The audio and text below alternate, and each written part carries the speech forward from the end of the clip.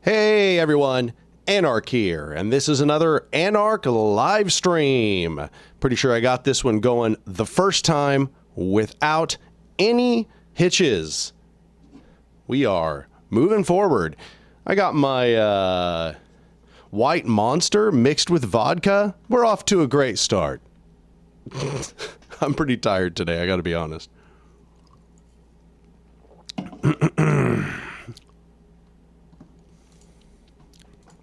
All right. So, welcome to anybody that's here watching the VOD. I appreciate you being here. I realize that these beginning parts, pretty much only people who watch the VODs afterwards are ever going to hear these. But you know, this is here just for y'all. And for those of you who instantly clicked the notification, which, you know, very appreciated on your part. I am spreading the link around, everybody. Spreading the link.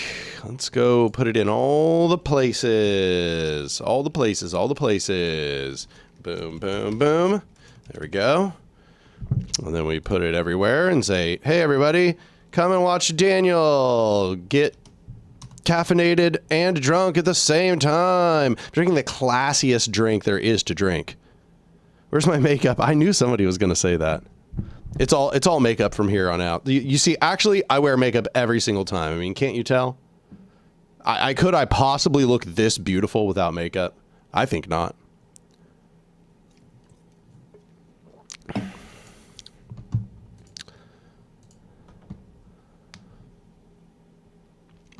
Nice. Yeah, this is what happens, Chose a List, when I actually start relatively on time.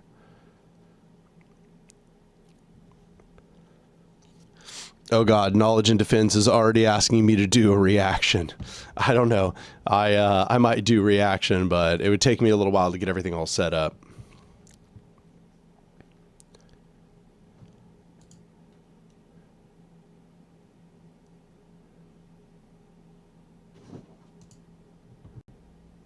Hello, hello. Good to see you first, y'all, showing up. Yeah, hopefully I'll pick up steam as the stream goes, because I'm feeling pretty low energy at the moment. Freestyle Skate says, thank you for being my introduction to anarchism. It's been a few months and I'm loving it. Well, I'm glad to hear it. We're happy to have you here. Yeah, welcome to all you early people.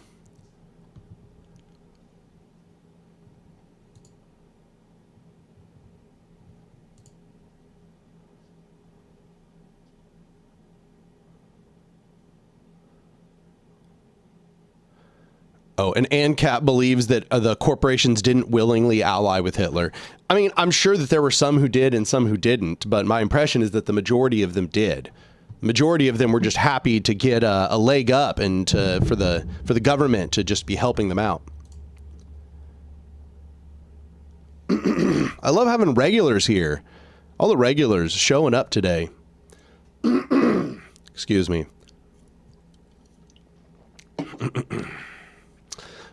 Murray and Lorenzo are being very naughty today. I've already been having issues with them just being little brats. Not sure why. I don't know what they want. They like tipped most of their food bowl over. Like half their food is on the ground now. Lynx says, are we all not rooting for Iran to weaken, if not take down the empire? Oh yeah, no, I mean, I would be happy if Iran weakened the United States. That would definitely be a net good for the world. Maymar says, hey, Daniel, what do you think of Nietzsche? I actually have a few stream clips. I think maybe just one stream clip posted to the channel about me talking about Nietzsche's will to power. And also Nietzsche is mentioned in my video about existentialism and nihilism.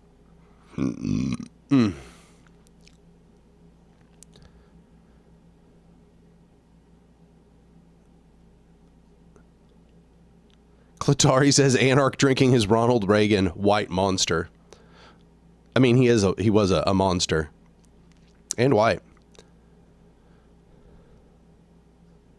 Freestyle Skate says, Iraq and Afghanistan weakened the world's public opinion on the United States. Yeah, absolutely. Somebody said, pardon you. I don't know what I'm being pardoned for.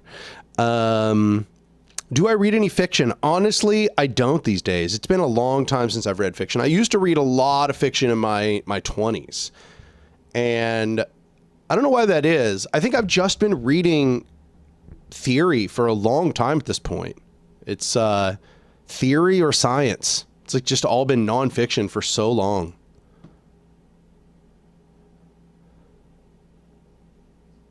Oh, the burp. I'm sorry. Didn't even notice. Some classic fiction is great philosophically. Yeah, no, I mean, I think a lot of fiction is great philosophically. There's a lot of good philosophy in fiction. Fiction is a vehicle for philosophical and political themes. Not to say that everybody will always understand the philosophical and political themes that somebody puts into the work, but, you know, I think it's definitely there latent in every fictional work. Tomas says, recommend people read Capitalist Power on Anarchist Library. Yeah, definitely. That's cool that Capitalist Power is up on Anarchist Library.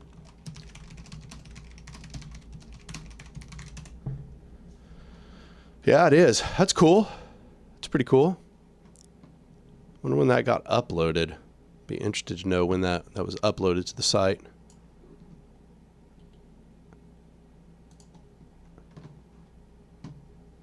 Anyway. Already got $5 from Frosty. I appreciate you, Frosty. Getting us off to a good start. Choselist is right. They said, the problem is that weakening the world opinion on the United States can strengthen just an oppositional sentiment that can hold both towards campism and real radical politics. It's up to us to utilize that sentiment. Yeah, exactly. I think that people's opinion weakening on the United States is like, could either lead them to a real radicalism, recognizing that like the stage is opening up for all kinds of new things to happen, or it could just lead them towards a sort of empty campism where, you know, America bad, anybody not America good. You know, I think that's the risk that we see here. NLH says, Anark, why do some online Orthodox Marxists hate on anarchists? Our politics are so close. Yeah, no, I actually agree, and it's really tiring, to be honest. And I don't know why that it almost seems like in order to be a Marxist of any kind, and this is, I definitely can think of exceptions. So if this is, you're the exception, I'm not talking about you, but most Marxists, even like Orthodox Marxists or Marxist humanists, for some reason, they just cannot like help but lie about the anarchists. They can't help but lie about what took place in anarchist experiments or what anarchists actually want. It's so tiring. Now, that's not to say in real life I haven't met Marxists who are just absolutely, you know, aligned with anarchists on the important issues. But online, it's like, even if you're some kind of Orthodox Marxist online, for some reason, there's just so much thought-terminating cliches when it comes to anarchism, and it's tiring as fuck. I think it's because they're still reading from a common literature that misrepresents anarchism. So, like, even the good Marxism misrepresents anarchism, is what I found. Mr. Poss says, there's always some kind of weird, unjustified hatred from a source of misunderstanding towards anarchists. Exactly. And I just don't get it because anarchists, like many of the most influential anarchists in history, have drawn upon Marx. Like Marx is certainly not outside the wheelhouse of anarchist analysis. Not to say that maybe some parts of it aren't, but yeah, no, it's tiring for sure. Yeah, it's like an initiation ritual for Marxists, what NLH said. Yeah, exactly. Evan says, have you ever watched Bad Mouse? He's making some good critiques of Marxism, Leninism. Yeah, absolutely. I love those videos. He's doing a great job lately.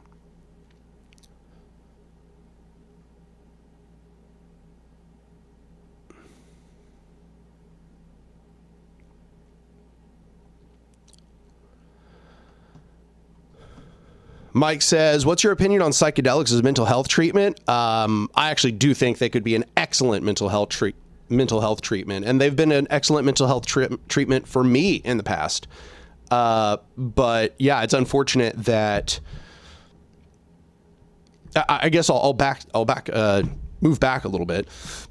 So when my impression is that when psychedelics were first being discovered, like in the 60s, or I should say when LSD was first being discovered and therefore psychedelics were entering into mainstream consciousness or into scientific consciousness, scientists immediately began asking what the therapeutic use for psychedelics was, and immediately began doing studies on the possible use for psychedelics in a medicinal sense.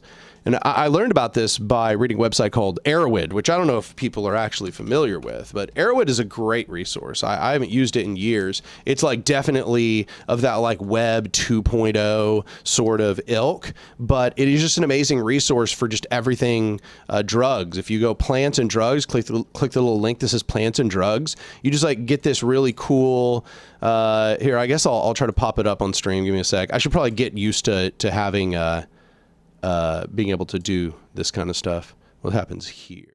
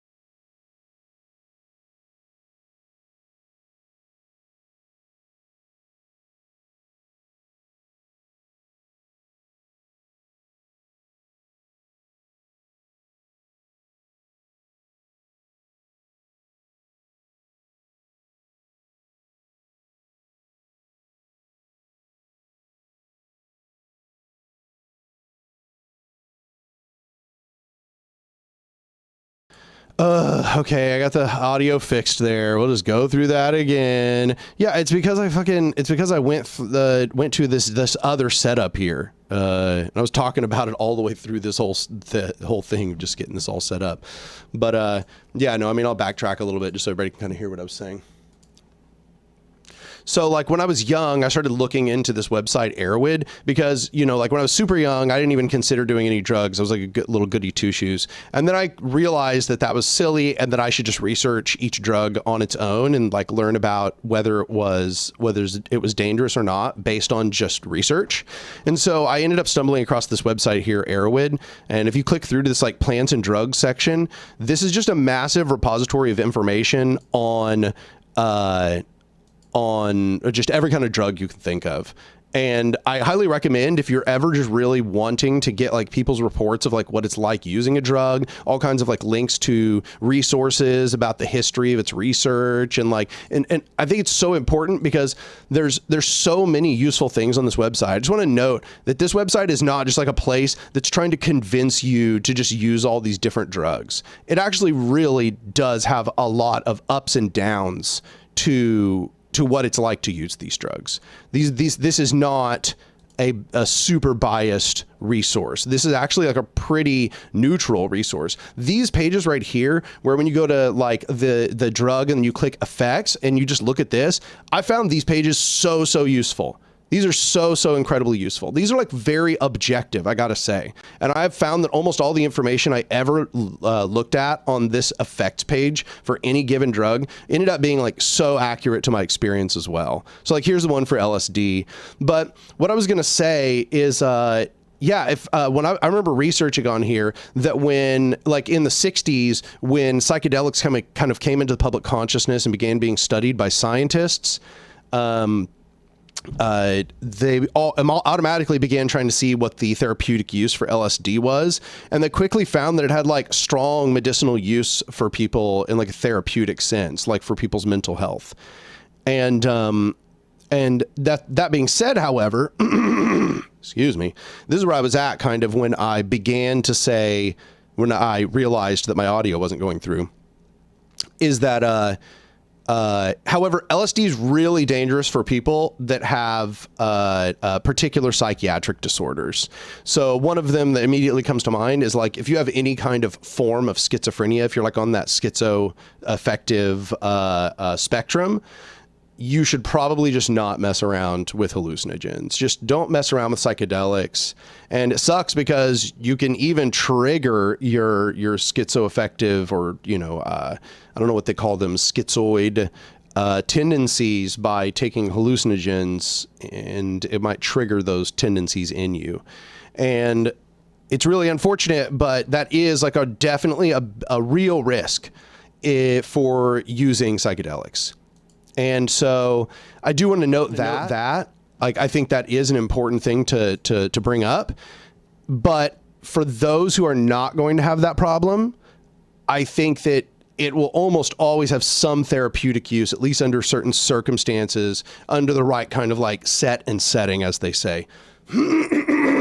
Sorry, I have so much drainage today.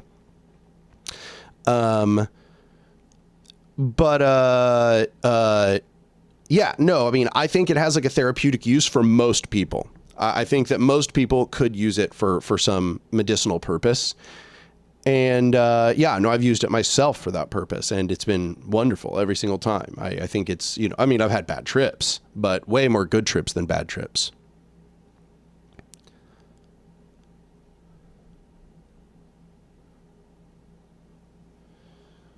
You say a sip of water would help, but I think it's just that I have really bad drainage today.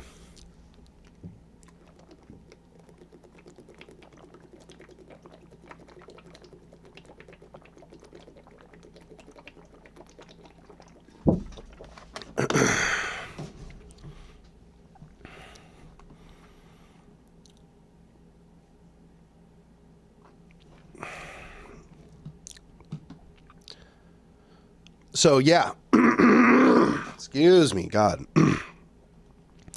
NLH says, thoughts on ongoing repression against anarchists by the state. I mean, yeah, you know, I've talked about it in previous live streams, but yeah, no, I mean, it's continuing. It's clear that they see anarchists as a threat, that they want to eliminate the growth of anarchism. And I don't know if anarchism has grown to the scale that it is like, you know, a true threat at the moment, but if anarchism continues to grow, then yes, they're right. Anarchism is the truest threat to the United States. Wow. But yeah, no, I mean, it's very disappointing seeing all kinds of authoritarian leftists just ignore it or try to mention the repression without mentioning the politics of the radicals who are being imprisoned right now. Somebody asked, what's in the jug? What's in the jug is fiber and creatine. The color of that liquid makes me think you may be dehydrated. No, the liquid, I do, like, at the beginning of the day, I fill up the jug about a third, and then I put supplements in there because I want to just, like, get them down at the beginning of the day. And then I try to drink an entire gallon over the course of the day as well.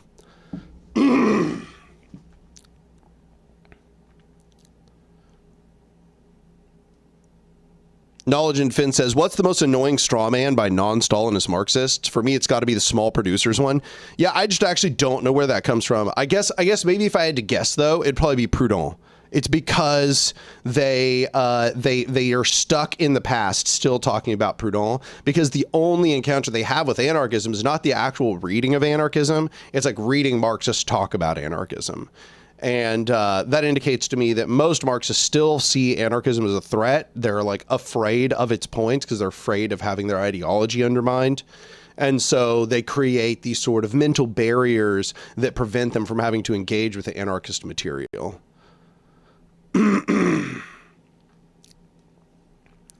Mike says, what's your most controversial anarchist take? That I guess these days, it's that I am pro-democracy or pro-using the phraseology of democracy. I think we should definitely be saying that we support radical democracy or libertarian democracy. I think that that's a big, that one apparently is now controversial. That's an unpopular take, but I don't care because I think it's true, and I've thought it's true for a very long time.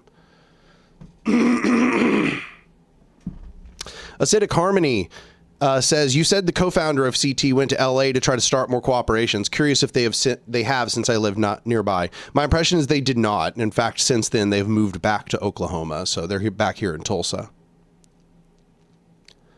Knowledge and Defense says, even Proudhon was a federalist, if not the originator of federalism. Agreed, yeah. Give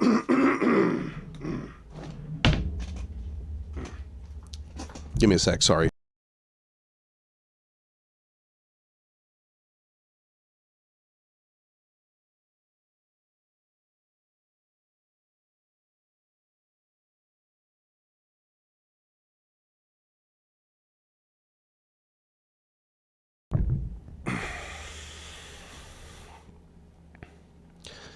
Maymar says radical democracy like Laclau and Moof. I've never heard those names. Radical democracy like the CNT FAI, like the Free Territories of Ukraine, like the Zapatistas, like those, like this is it. The thing that annoys me is that radical democracy in the language of democracy is in pretty much every wide-scale implementation of anarchism that has ever existed. And I just do not understand why that anarchists somehow out of nowhere decided that they had like this huge bone to pick with the word democracy, because it's just an unforced error. It's unnecessary. It didn't have to happen. Like, people don't think democracy means representative democracy, or rather some people do, but like it's not some unbridgeable chasm. In fact, almost most people know about what direct democracy is. They're like, oh, everybody gets to vote, like, you know, like one person, one vote kind of thing. They get it. People aren't confused by what democracy means when you tell them that you just want like direct democracy.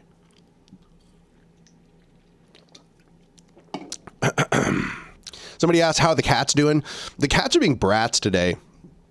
I do not know what's gotten into them. For some reason, I came home today and they're just like being so unruly and like knocking stuff over and like trying to bug me. And I don't know what it is that they even want.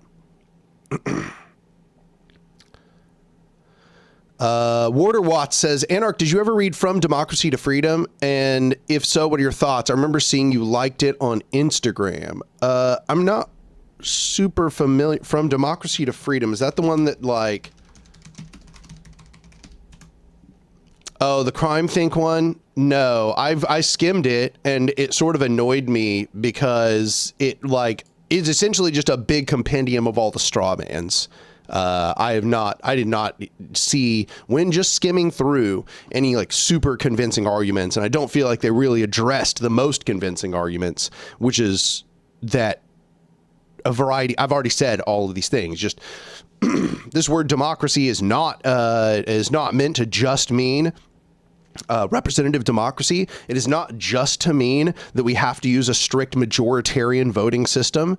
That is just not what its actual usage has been in a variety of different points in history. Now, don't get me wrong, the usage of the word democracy has changed in various eras and seems to change drastically over different regions here on Earth today and throughout history. But if that's the case, then going on some kind of warpath against the word democracy is silly, because the word democracy has been used in all kinds of different ways and still is used in all kinds of different ways. But the big common thread in all of the usages is just that democracy is when the people make the governing decisions of society. Like, that's pretty much the one that is the common thread in all the different versions. So it's annoying for anarchists to say that they're anti-democratic when, in fact, what they want is the most extreme form of democracy, where the people make all of the decisions. Like, it's annoying. I don't think that it's a good piece of rhetoric. I think that instead, anarchists should be making principled critiques of representation in democracy, and that they should be making principled critiques of majoritarianism. But even majoritarianism has had limited use in the history of anarchism. Consensus is just another form of democracy. Yeah, when I hear people say that they support free association, not democracy, I don't think that this is a valid distinction to be made. I do not think that free association is like the alternative to democracy. Unless what you're saying is, instead of us getting together and coordinating, every time we disagree, we just break up. And every time we agree, then we just form a group. And that just sounds utterly infeasible. No society can function that way. Nothing would ever get done, because what you'll find is that you need decision-making processes where people go through deliberation, extensive deliberation, in order to come to conclusions, and that people who would otherwise not want to associate with one another are brought together into that deliberative process so that they can find their common interest even across their disagreements, and then work together across that disagreement on their common interests to get things done. That's what's actually necessary. And that seems to me like what the ideal is. The ideal is not just that everybody's comfortable all the time and they get to sit in their little silos and only associate with the people who are their like closest allies. It's instead that we are trying to create a structure which allows the people to come together and make decisions about the world surrounding them, that gives them the control, that gives them power to make decisions, and for those decisions to then be faithfully implemented as per their prescriptions. That's what I think the goal is. I don't think that free association is... Number one, I don't even think it's in the same category of things as democracy. I don't think that you can say free association, not democracy, because, you know, that's like saying blue instead of teacups. Like, they're just two different categories of things. And yeah, so that's, I don't think that is a valid formulation. Anyway, got another donation from Matsall for $2. They said labor voucher and replacing capital. Thoughts? I mean, I suppose labor vouchers would be a great intermediary form, and the CNTFAI actually did implement them in some limited capacity in certain regions of the anarchist liberated territories during the Spanish Civil War. But I don't know if I'm convinced that they're like the ideal way to transition. I think that they would be a good way to transition, or I would hope that they might be a good way to transition. But yeah, I don't know if I'm like convinced that they're like a huge leap away from the form of currency.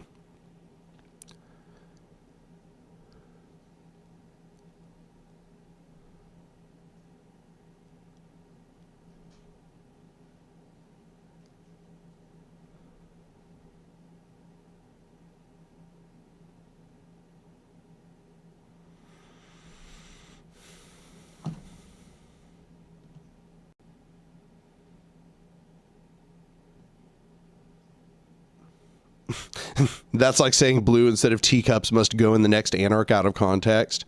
Yeah.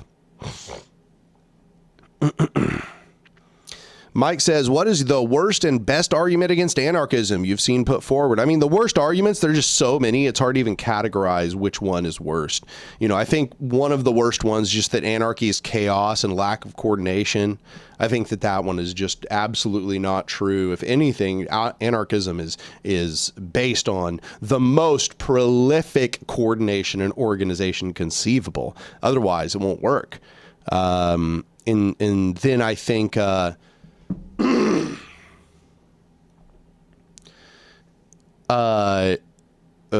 sorry, I got distracted reading a different question.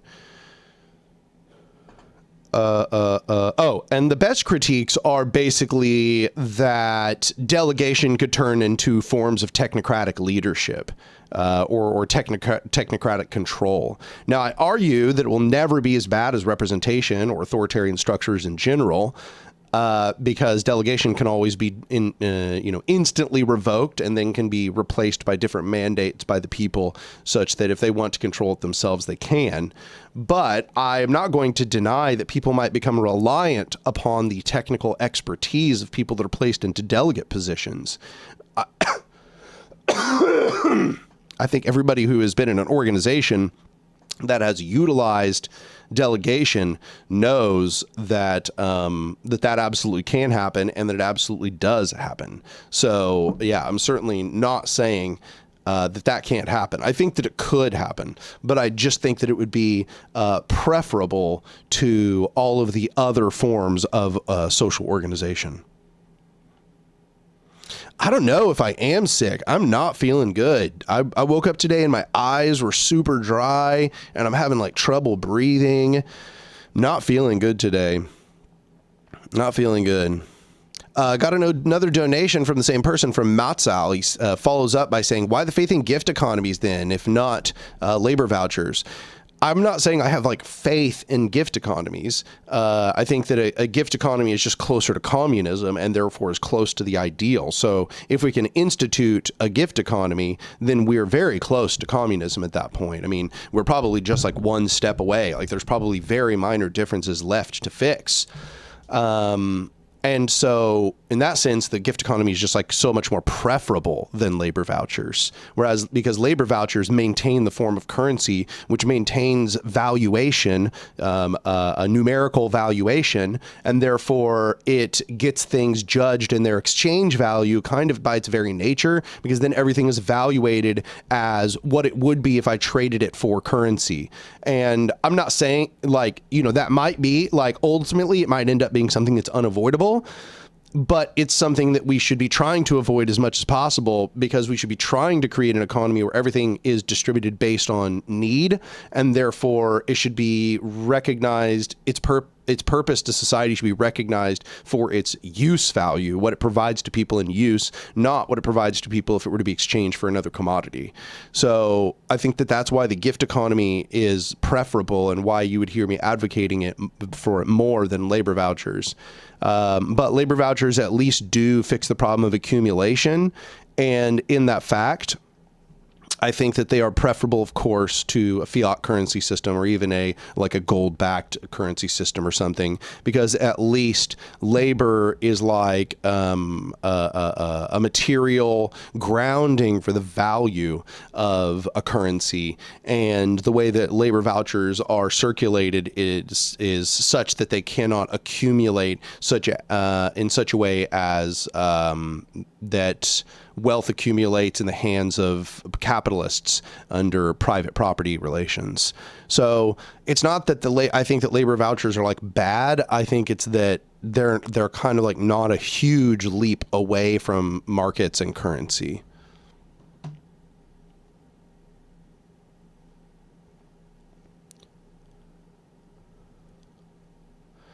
Knowledge and Defense says, personally, I believe labor vouchers should only be reserved for resources that are not basic core necessities, as well as uncommon, more luxury items. I would actually agree with that. I think that would be a phenomenal way for us to manage a transitional economy. It's kind of what I'm laying out in After the Revolution, which is just that, you know, you would have a market for like luxuries and for things that you're trading on the international market, for example.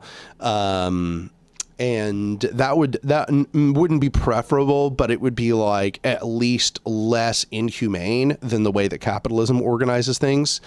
And then you would just have all of the core necessities be completely decommodified and directly distributed to people as per need. So, yeah.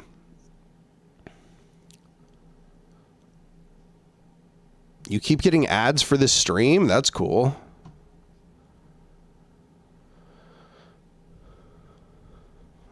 Got another donation, this time from Freestyle Skate. They said for $2, and they said, thoughts on discourse around anarchism being colonial. I don't think that one could argue that anarchism is colonial. I don't think that that is true at all. If anything, anarchism is explicitly opposed to the concept of you know, colonial social relations and relations of domination, and the idea of even creating colonies, I think, is in opposition to anarchism. So anarchism is, by its very nature, a decolonial movement. But like, if all people mean is that to many indigenous peoples, anarchism is kind of like foreign because it arose in a Western context, I think that is a fundamentally different claim. And that one, I think, is at least more valid. It's true in a factual sense, but I would argue that as well, many of the underlying principles of anarchism are principles that are found organically within indigenous societies to begin with, and that many indigenous tribes would just find their ideas like very faithfully represented, at least their ideas about power, very faithfully represented within anarchism.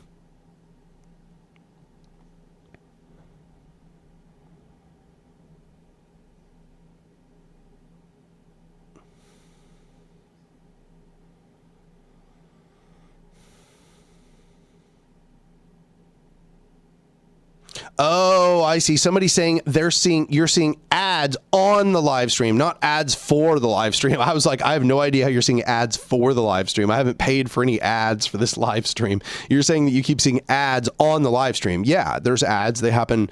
I have them set to medium frequency rather than high frequency. They could be going a lot more often. I'd certainly be making more money.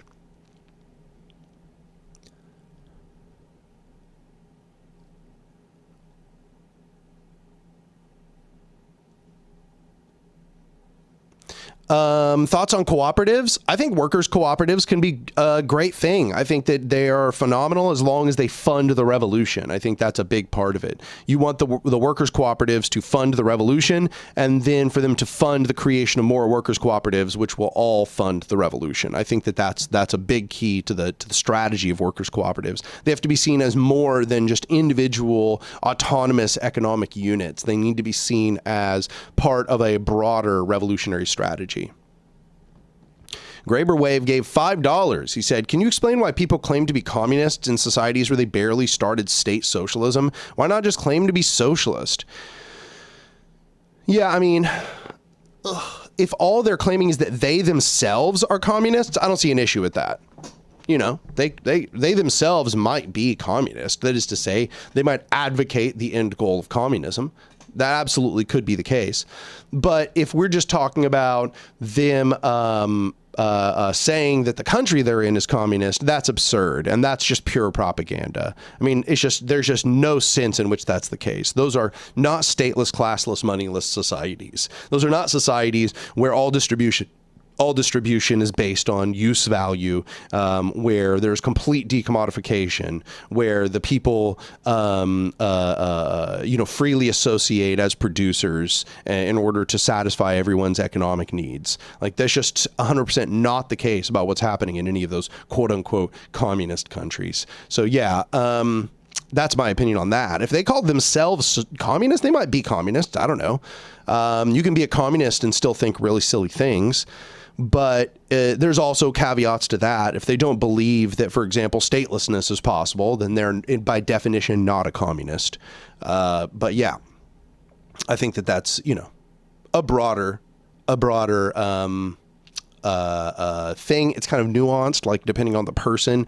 I may say like, oh, well, you're a communist, but you think a bunch of things that I disagree with, or you're not actually a communist. You're just using that label to mean authoritarian a socialism or authoritarian leftism.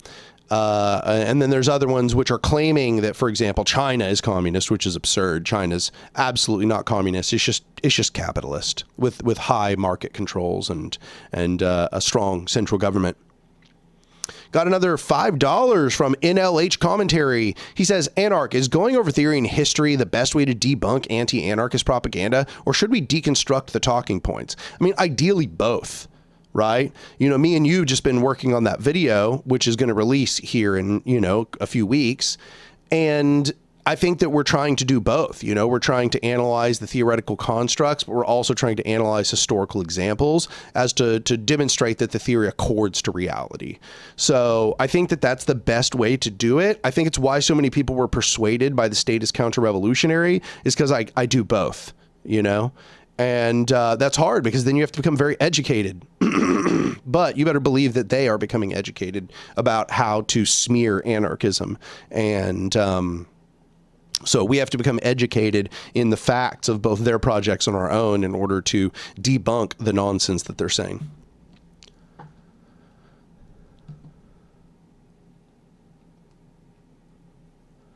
Yeah, Chosla says, it's such a straw man because forms of horizontal organization have existed in every culture. Anarchism is maybe European. Yeah. This is why sometimes I call it libertarian socialism. Lately, I've been calling all these structures horizontalism. More broadly, I talk about the development of horizontal power structures. I think that's really what we're talking about here. You know, we look at a lot of indigenous societies, they developed horizontal power structures. And that's not even all of them. You know, a lot of them also had hierarchical power structures. But yeah, I think that that is essentially what's going on.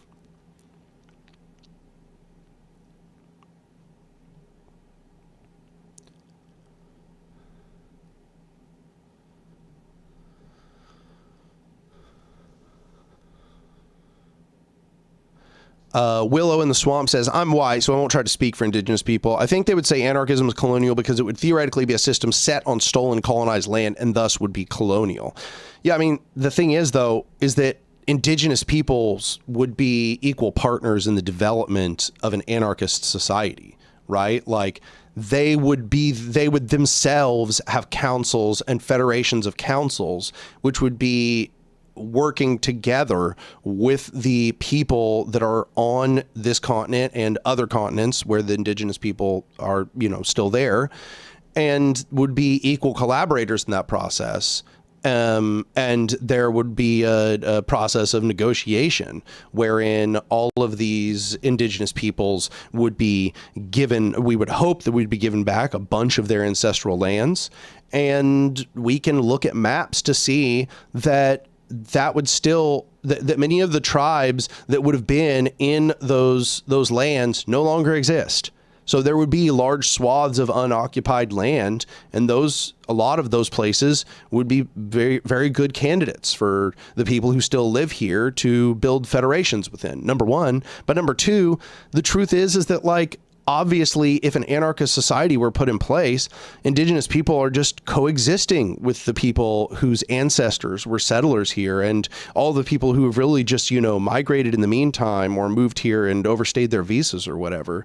You know, those people are not going to be purged from these lands. Like, that's not going to be the outcome of decolonial movement, and in fact is not the outcome of almost any decolonial movement that we see. I mean, there are some examples where I think that has happened, but, you know, for example, look at Algeria. Algeria ousted France, but French people, there's still tons of French people in Algeria. And if we were looking at an anarchist decolonial movement, then there's going to be all this huge, you know, melting pot of people here. For example, in the United States, there's going to be this huge melting pot of people that are still just going to be here. And so anarchism would be a system that would facilitate the open collaboration of all of the existing inhabitants of this continent.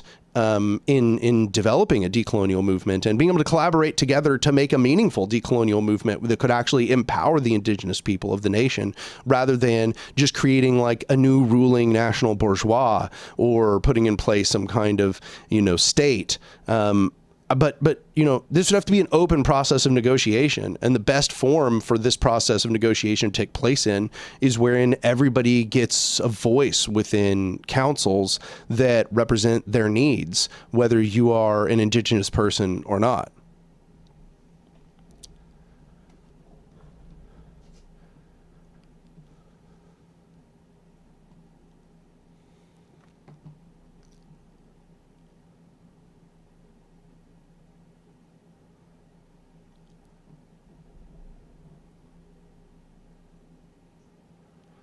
Yeah, somebody says smash the like button. Yes, click the like button. Go comment down below. By the way, if you're watching this live stream afterwards, or even if you're watching it now, and you think there are like good parts for me to clip and turn into stream clips, please just like timestamp all of those places in the comments down below, because that is very, very helpful for me, because later when I'm trying to clip up the stream, then I can go and be like, oh, there's the timestamp. Thank you. So like, that's like a big service that you can do to me and making my life easier in like creating stream clips.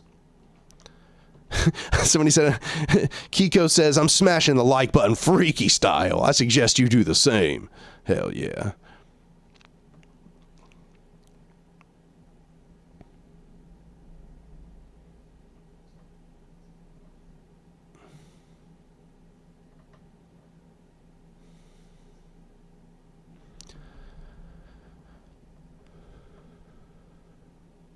Chosela says, so it's about destroying colonialism together through liberatory means. Yeah, I mean, I'm not, it's like, if you were to ask, like, do I support land back? I would say it depends on the form of land back, but I support the form of land back that many indigenous people I've spoken to have told me they support, which is completely getting rid, for example, of ownership of the land, letting the indigenous people of this nation steward the health of the land and like tend to the ecology. Those things are all well and good. Those seem, in fact, desirable. But I would also say that I think that it should be more than indigenous people tending to the health and ecology of the land. We would hope to see everybody in a liberatory society tending to the health of the ecology. The land is something which we all have a vested interest in maintaining, and we should all collaboratively be working together in safeguarding the ecology. And I think that what indigenous people often bring is very, very ancient mechanisms for managing the land and for making sure that the ecology does not get wildly out of balance. They have various techniques for dealing with different issues which arise within the ecology, and these techniques should not be taken for granted. They're often extremely valuable, and they should be respected and often given primacy in dealing with ecological issues. So yeah, but if what you're talking about by land back is like empowering another state, which then is going to just empower another national bourgeois, then no, I don't support that. Like, I would not fight against it, because I would see it as like a valuable sort of national liberation movement, but I wouldn't want to partake in it because I wouldn't I should say I wouldn't think that it was preferable, because all it's going to lead to is more exploitation. It's just going to lead to indigenous exploiters and capitalists, as we've seen in various decolonial movements where, they just put them, you're having like a black liberation movement, and then black people become the national bourgeois, and then they themselves just become the exploiters of the rest of the black people in that nation. And this is something that's happened time and time again, and we have to recognize that this is not a desirable outcome, and that this is not something we should hope happens. We should instead hope that we are recreating a society of pluralism, a society where there are many forms and structures and horizontal power structures that are all working with one another in order to safeguard our common resources of everybody who now occupies this territory. And that indigenous people should just be given their sovereignty. They should be given the lands that they occupy without us as non-indigenous people, as the, you know, descendants of settlers, or not, as many people once again have no descendants that were settlers. And we should be collaborating with those tribes and with those autonomous regions in order to create a new pluralistic polity where all of us are empowered together to make decisions. And I think that's in line with a variety of land back perspectives that I've heard. I think that I've talked with a variety of people who agree with land back, who pretty much just agree with what I just said. So I think that it really depends on which conception of land back, what my opinion on it would be.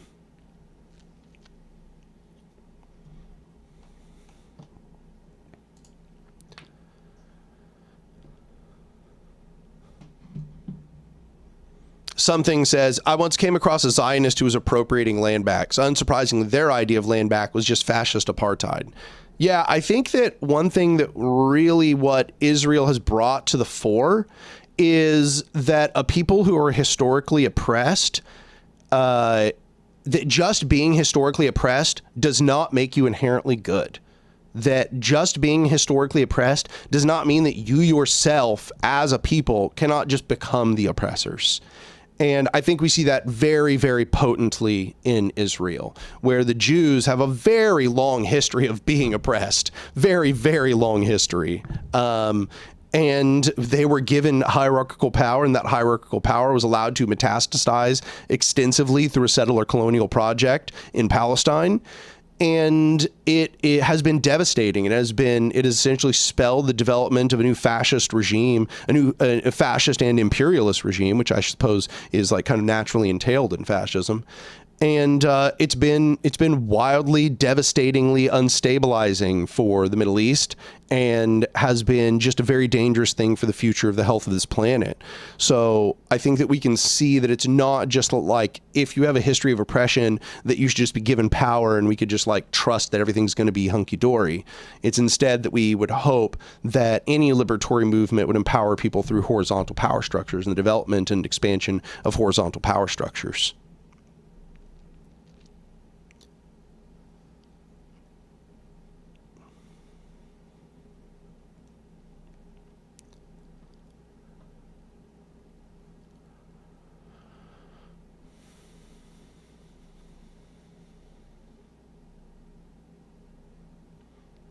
Chosela says, CJ the Radical has many a great video essay about the black bourgeois. Go check him out if you don't follow him. Plus Fanon in Wretched of the Earth. Agreed, yes. Yeah, no, I mean, what I'm saying is certainly not just my white guy opinion. You could go find a bunch of black scholars who agree with me and have basically this exact same analysis, or not maybe the exact same analysis, but basically the same analysis of the development of a black oppressor class in Algeria, specifically when you're talking about Fanon, and elsewhere if you look at other scholars. It's certainly just something that you can see. It's a fact of history that oppressors or oppressed peoples can become oppressors when given power. It's not oppression does not nobilize you. It does not ennoble you. Oppression it builds up anger, it builds up resentment, and all human beings are susceptible to all of the perverse incentives of hierarchical power structures.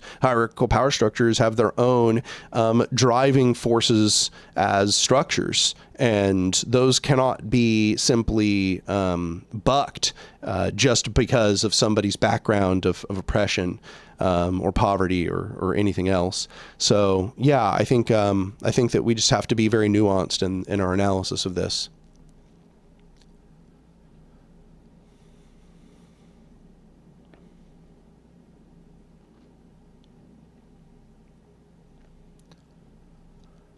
Gina Ragno says, Blair White is also an example of an oppressed individual who likes making other oppressed people suffer. Yeah, exactly. I mean, you're always going to, what's that quote? It's like the oppressor would not be so powerful if they did not have so many allies among the oppressed. I don't remember who said that, but that's just absolutely the case.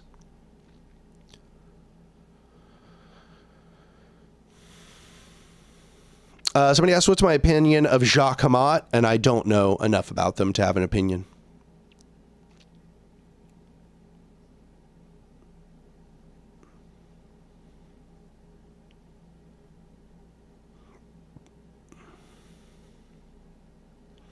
Coolioso donated $5. They said, what are your thoughts on the general strikes and multi-day protests going on in Bolivia and Albania linked to the Trump administration's fascists? Why not in the U.S.? Well, I got to say, I think the news must be suppressing this and my feeds must be suppressing it because I'm not hearing anything about the general strikes and protests in Bolivia and Albania right now. I'm not saying they're not existing. I'm just saying that this is not getting to me in my own feed. So I'd be very interested if you wanted to link some resources in the chat.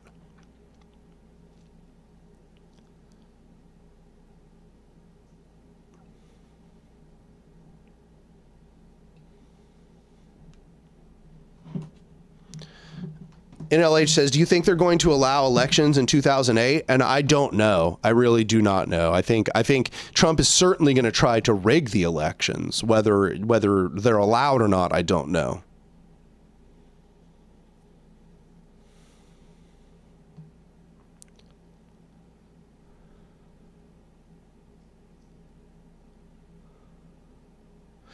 Mike says, I'm not very up to date on the situation, but hasn't Rojava lost most of their controlled territories unless something changed? What's your view on that? What do you think led to this downfall? Well, I think one of the things that led to the downfall, I'm not sure about what the actual current status of Rojava is. I'd love to have somebody on to talk about this if they want to come on.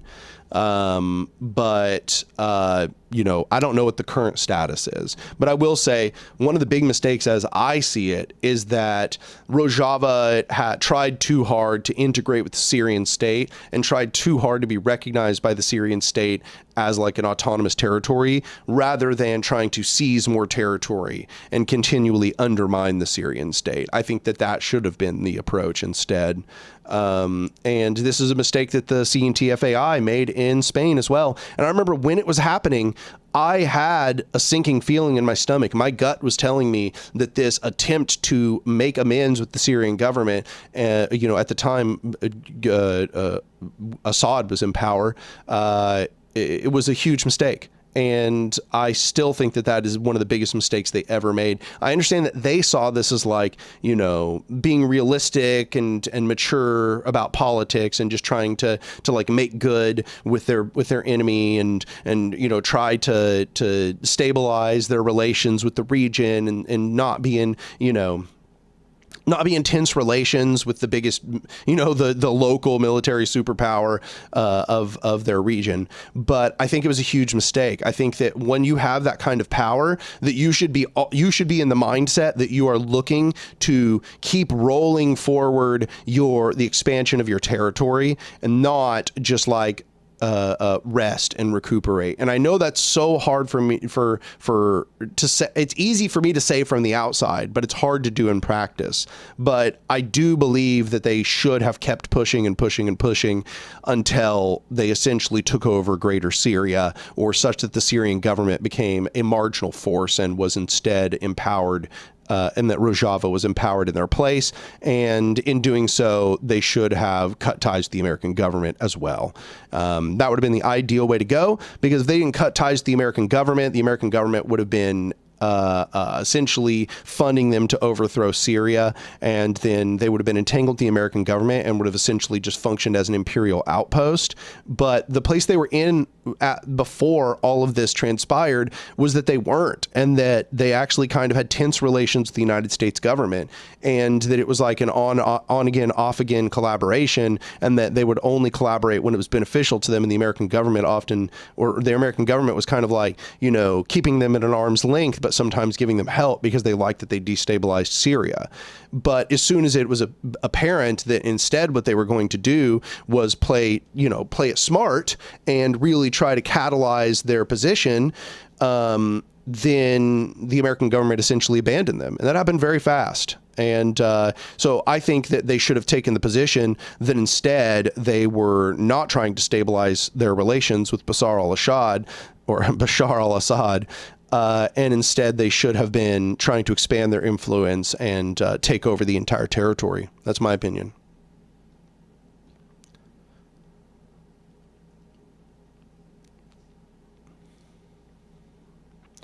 Warder Watts says, I thought similarly, Anark. Perhaps this isn't the best description, but I do think Rojava and Catalonia were too timid and should have been more aggressive or taken more risks. IG, no half measures. Agreed.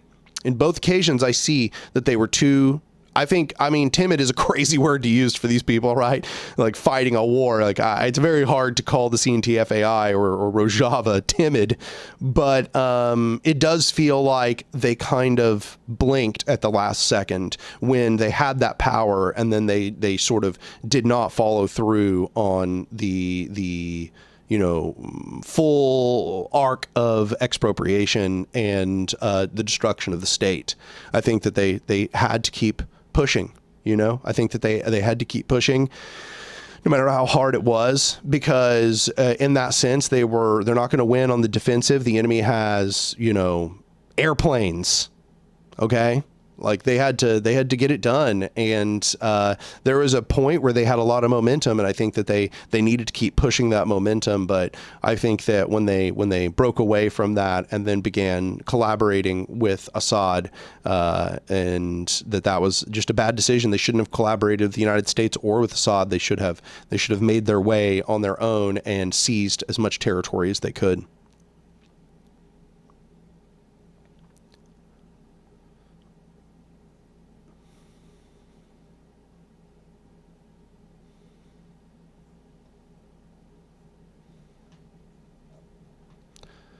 Yeah, something says the offensive done by the reactionary rebels who are now in charge of Syria proves that the Assad government was extremely weak. Yeah, exactly. I mean, it's frustrating because the HTS really should not have been more likely to overthrow the Syrian government than fucking Rojava.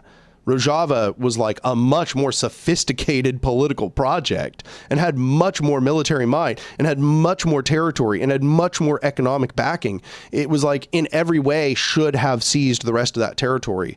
But unfortunately, that is not what took place. And I think that when they chose not to do that, like the CNTFAI, it put them in a defensive posture where they were bound to slowly lose what they had gained through an offensive posture.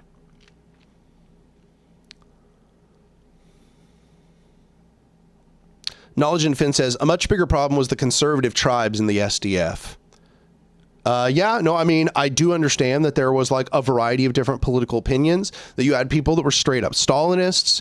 You had people who were, you know, essentially weren't in line with this whole women's revolution. You had people who were not in line with the forms of libertarian democracy that they were instituting, and that these sort of, a variety of coalitions watered down the radicalism of the project, as I understand it.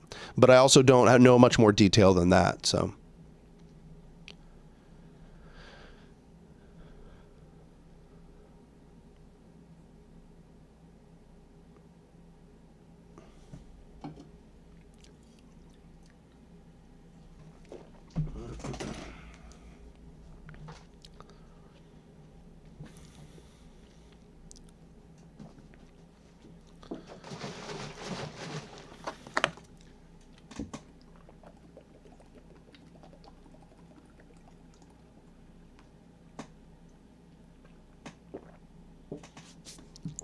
All right. I will be right back. It's time for Chair Stream.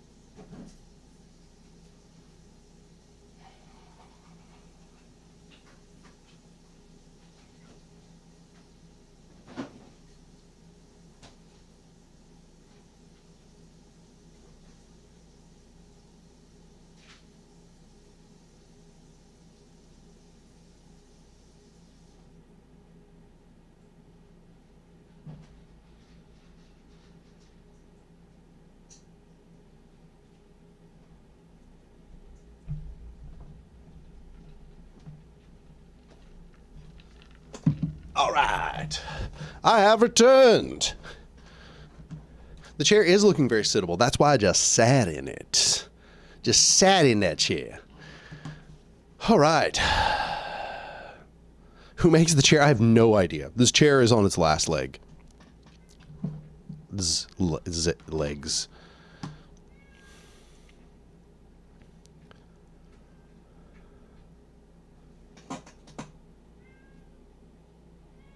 Give me a sec. You silly. You got locked in? You get locked in, baby?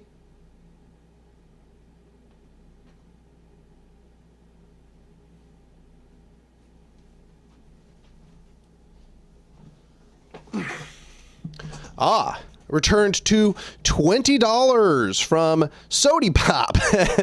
They said, do you know of any anarchist literature on urbanism beyond Bookchin? I'm a young city planner, but discovered anarchism after graduating, and I feel conflicted between my politics and profession, which is very technocratic. Well, no, I mean, I don't know anything beyond Bookchin, unfortunately. Bookchin is my main interaction with the topic of urbanism. I will say my only other real interaction with the topic of like civil engineering and all of that is Seeing Like a State by James C. Scott, which I think if you're in that position and you're feeling that conflict about the technocratic nature of civil engineering and, city planning and all of that, and you're kind of wondering what the downfalls of that more technocratic perspective is or are, then reading Seeing Like a State by James C. Scott, I think should be very high on your priority list. Oh, I'm definitely day drinking, Mike. That's exactly what's going on right now. I think it helps to drink a little when I'm on stream. Loosens me up.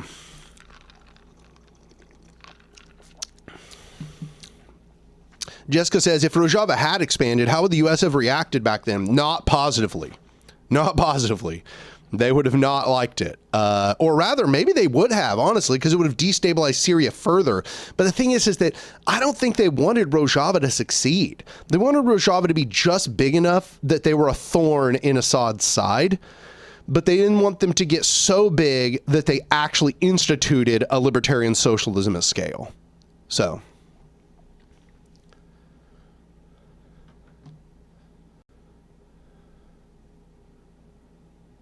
Thurna says, I would love to understand more details on how international trade could be adapted to a more innately freely distributed model.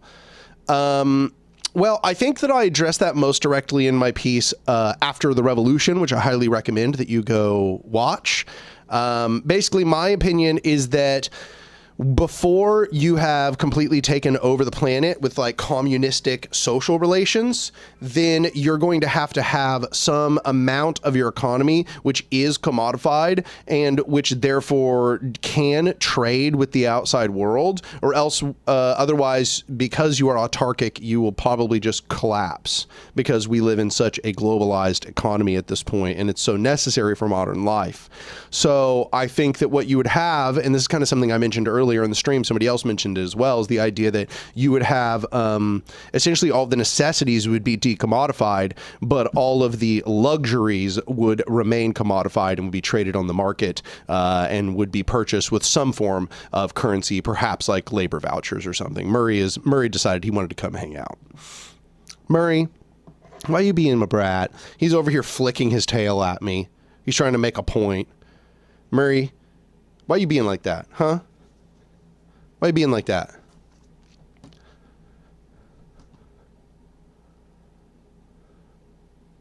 I've not read any Ron Tabor, not familiar with him. Haven't met him. Or haven't learned about him yet. He is named after Murray Bookchin, yes. And he is grumpy, just like Murray Bookchin. Dick Wienerman says, that's fair. If I was streaming, I'd get tipsy too. Nice. Glad to hear it.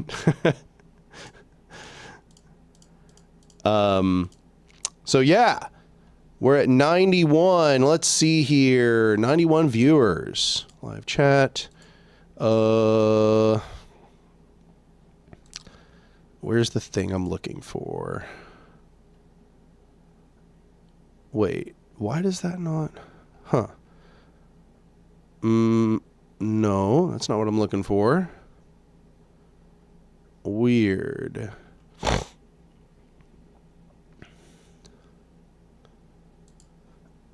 Yeah, I'm looking for the thing where it's like start a contest or something, or start a require. What is it? What's it called? It's like a goal or something, like starting a goal. There it is, goal. Found it. That's it. 10 super chats. Nice. Let's see here. Timer. We'll give it an hour.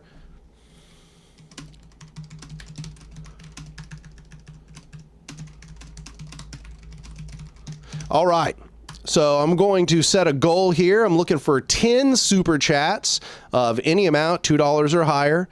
And the highest one will be given a copy of A Modern Anarchism signed by myself. So I am starting it now. So yeah, whatever the largest number ends up being, that person I will mail a copy of A Modern Anarchism signed by myself when it releases.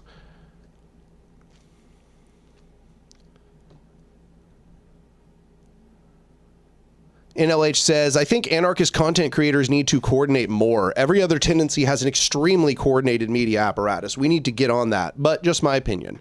Yeah, no, I mean, I agree with you. And I think that that's something that needs to be set up. I've seen numerous of these chats created, but I've never seen any of them stick per se. KX says, everyone donate $1, the next person donate $2. Yeah, I mean, sure. If y'all want to do that, I'll still honor it. Triple B says, but I already pre-ordered it day one. Oh, damn. Well, I definitely appreciate that. You know what? You send it to me and maybe I'll sign it for you.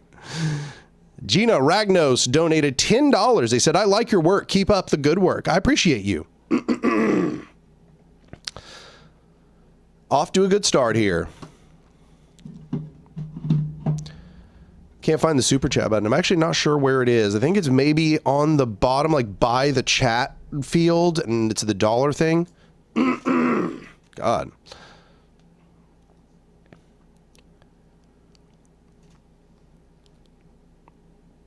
Triple B says, artifact worth a decent amount of clout to own post-revolution. A modern anarchism signed by the manarchism himself. Wow. I don't know how comfortable I am with being called a manarchist, but I appreciate that you think it would be an artifact with a decent amount of clout.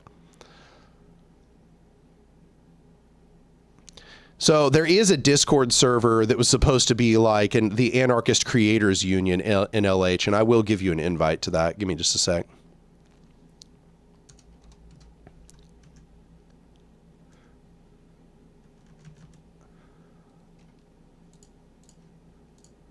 I'll send it to you right now. Boom. Boom. There you go. Okay. Somebody wants to buy a copy of the book. Yeah, if you've already ordered a copy of the book, and you've already, and you end up being the highest donor, then send the copy of the book you get to me, and I'll sign that copy.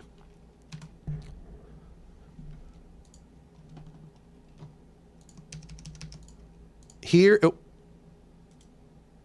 Okay, I should be on stream still. Yeah, I'm on stream. I accidentally X'd off my tab where I have all the stuff open. Okay, there we go. So posted here in the chat is a link to the PM Press website in order to pre-order A Modern Anarchism. Once again, if you want to pre-order A Modern Anarchism and you end up being the highest donor today, then I will just sign the copy that you've already ordered. Wait, this isn't a makeup tutorial. Yeah, true. Unfortunate. I'm sorry. Sandy Turkwish says, Anark, just send the winner another copy so they can give away theirs. That's a good idea. That is what I should probably do.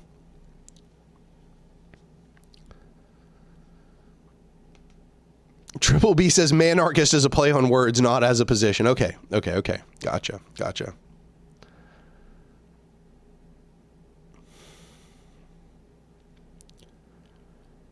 Frosty's over here trying to game the system. He says if someone donates 10,000 Argentine pesos, does that count as the highest donor compared to a $10 donation? No. Although I don't know what 10,000 Argentine pesos. Okay, wait. 10,000 Argentine pesos. Okay, let's try this. In US dollars, that's only $7. That's only $7. No, that wouldn't count. That's only $7. KX says, what does each copy cost to produce, basically? I have no idea. I actually have no idea what a copy is cost to produce, but you know, that's not the amount. That amount isn't relevant to me because I'm not the person pressing it. But you know, for me, I'll get some like author copies, and then I think I can purchase them at a discounted rate. But the book itself is selling for $24. 10,000 is a lot, though. So true, so true.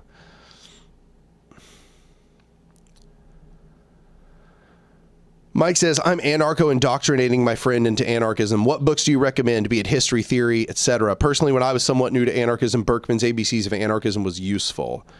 Anarchism and the Black Revolution is phenomenal. I still think it's one of the best intros you're going to get. The first chapter of Anarcho-Syndicalism by Rudolf Rocker, that's certainly one of them. I think that the very first chapter of that book is phenomenal. Maybe the best single introduction to anarchism you'll ever find. I guess it depends on how far along they are. If you're just like trying to do the very, very, very first step, I mean, my work, The House is on Fire would probably be good. But if you're not trying to do the very, very, very first step, I would say, you know, there are much better works. If they're like kind of at an intermediate level, you could recommend them a Modern Anarchism. A lot of people recommend Anarchy Works by Gelderloos. Means and Ends by Zoe Baker. I think that's one of the best ones, actually. Means and Ends by Zoe Baker. Highly recommend that.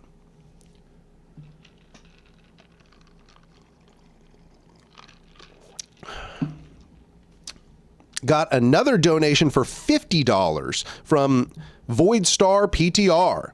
They said, your video essays have been amazing. Dang, $50. That's awesome. I appreciate you so much.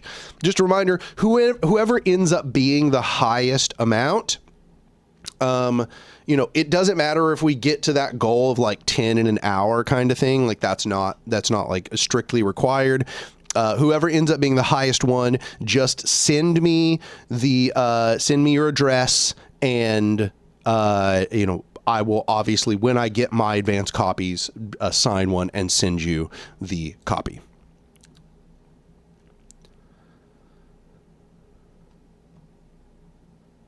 $50 labor voucher donation.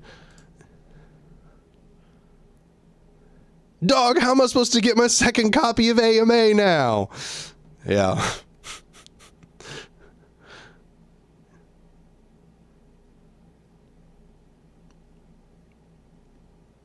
Somebody says, call me Zoe Baked the way I'm baked as fuck. Anark, do you have short text recommendations for people to read together to book club? Short text recommendations? I mean, I don't have like a list of essays anywhere, if that's what you're asking. No. But, I mean, I have my reading list, which I think you're probably familiar with at this point.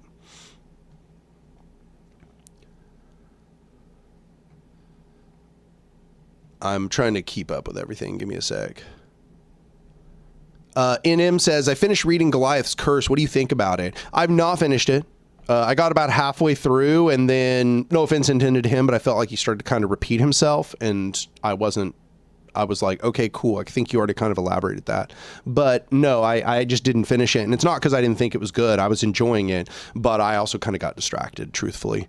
I might come back to it and finish it, however.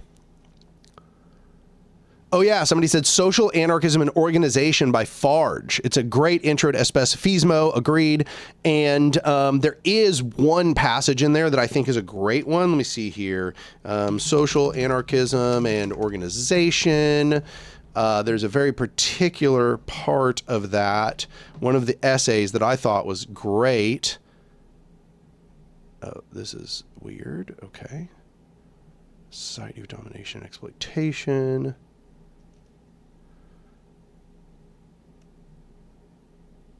Let's see here. Yeah, no, there's actually some really great sections. I've bookmarked this to one that I think is like a really great analysis of capitalism. It's called, it's the essay within Social Anarchism and Organization called Society of Domination and Exploitation, Capitalism in the State. Phenomenal introduction to the theory of capitalism in the state. And then right after it is another great one, which is Social Revolution and Libertarian Socialism. So that's another one. I'll link that also in the chat.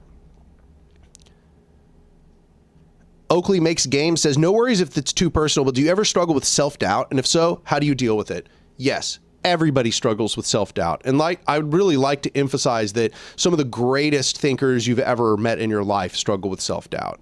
But the way that I deal with self-doubt is developing competence. And I highly recommend that this is the same path that you take, because I think that if you feel self-doubt and what you try to do is just reassure yourself and reassure yourself and reassure yourself, that might work for you. I hope it does. But I think for most people, all it does is make them feel more self-doubt. They're like, yeah, I have to keep reassuring myself because I don't have the competence. Nah, just go all in on developing the competence, because eventually you're going to develop so much competence that you're going to look around and just recognize your competence as an objective fact rather than something you have to feel doubt about anymore. If you just go all in on a thing, eventually you're going to develop so much mastery that you can't deny to yourself that you have that mastery.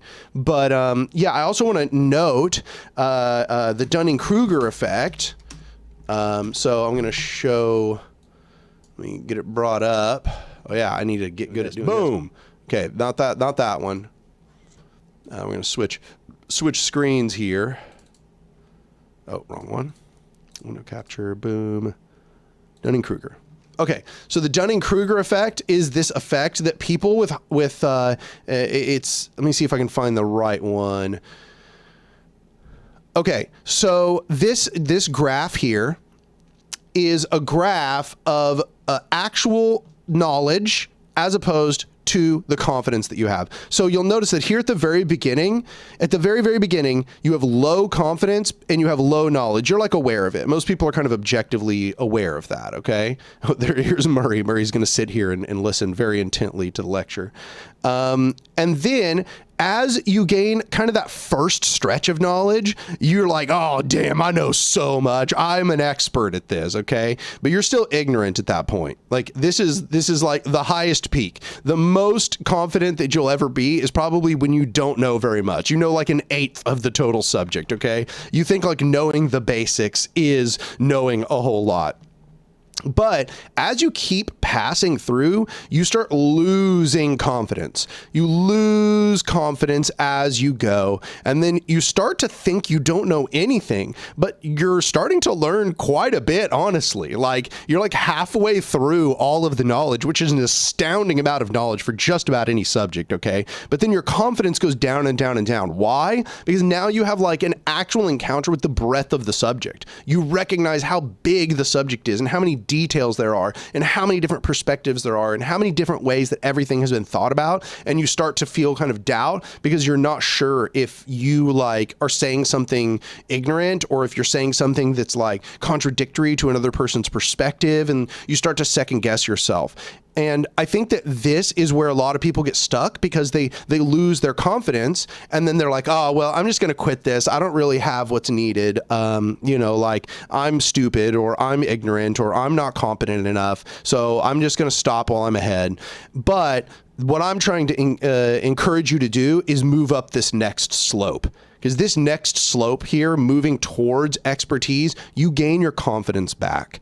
Your confidence comes back as you go up this ladder slope because you look around and you're like, yeah, I mean, there's no doubt I just do know a lot. Like you just compare your understanding to the people around you and you're like, yeah, no, it's very rare I ever meet anybody that has my kind of understanding. And then you meet other experts and you're like, wow, even this expert doesn't have my level of understanding. And you start to develop an organic consciousness that actually accords to your competence. And so if I had to guess, you're probably somewhere in either this downward slope A lot of people who feel that self-doubt are probably in this downward slope, or they're slowly moving up this slope, and this last slope is hard. Notice how this slope to the first peak is fast, right? You feel like you know a lot really fast. But the slope from like what it says cultured, I don't know anything about this, but like to this point where it said, you know, it is labeled cultured, from this point to the end, you'll notice this is a slow movement, right? This is a slow movement to the end. You don't get there like all at once. And so what I suspect is that most people who tell me that they have a lot of self-doubt, they're just like slowly grinding this here. And that what they're doing is they're comparing being like here to being over here. And they're feeling, you know, they're feeling upset that they once had a lot more confidence and their confidence has faltered and they're feeling a lot of self-doubt. So that's why I advocate that when you feel self-doubt, just build confidence. I think that's like the main thing I would suggest.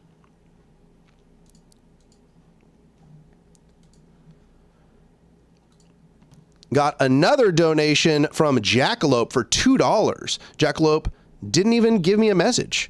Jackalope's just like, Daniel, have $2. You know, I'm like a busker on the street, and he just like walked by and put $2 in my guitar case and just disappeared into the night.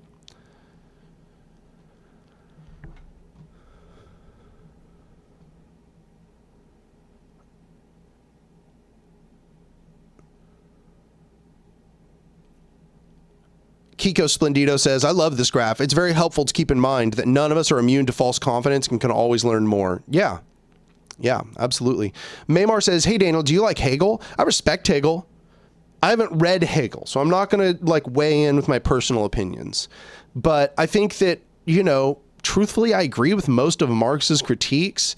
I do not think that the universe functions as dialectics describe, but I do think that dialectics is a process ontology, which is better than a static logic, which just sits there and expounds upon things as they are, as simple statements, and then tries to address how they are within a particular state all by itself. I think that what we really want is to understand how things are, what they are because of their processes, and that their processes add up to their structure. And I think that that's the good part about dialectics, is that it is a process ontology. It conceptualizes how the universe is what it is through process. And so I like that part.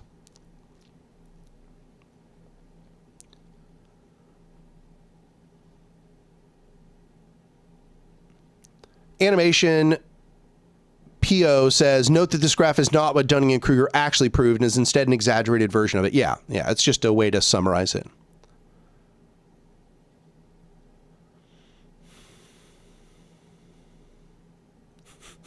Sorry, I'm just watching the replay of the stream now, and Murray just like sitting in front of it is just so ridiculous.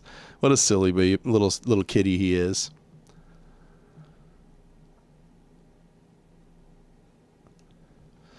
Talisman says, what about dialectics do you find insufficient to describe how the world works? I think that it is only narrowly focused on how things are constituted by process. And I think that what's really happening in the world is that there are elements, and those elements do not simply come about by a description of the process. For example, what process makes an electron? I think that dialectics would struggle to answer that question, because the electron kind of is like a basic unit, right? A proton is like a basic unit. A quark is like a basic unit. And so when you look at these basic units, you start to realize, yeah, there are formulas that determine what they are, but those formulas are mostly analyses of the structure of reality more than they are analyses of some process that's playing out. And I'm not saying that there aren't a bunch of processes playing out that are involved in the formulation of quantum fields, but I think that the way I look at it is that there are elements and there are processes. And then the elements essentially engage in processes, and the majority of the physical reality we experience comes out of that, but that you cannot simply understand everything in the world as being just process, that there are actually elements, and those elements are engaged in processes. I suppose that's what I would say.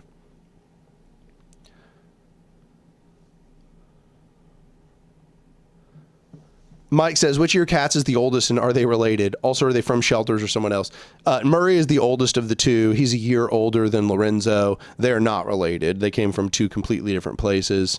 And they both just came from people I knew who rescued them from the street. I think Murray was rescued by somebody who is now rescuing a bunch of cats. And the Lorenzo came from a litter of little tuxedo kitties, and I'm pretty sure that they found that cat like as an outside cat around their house.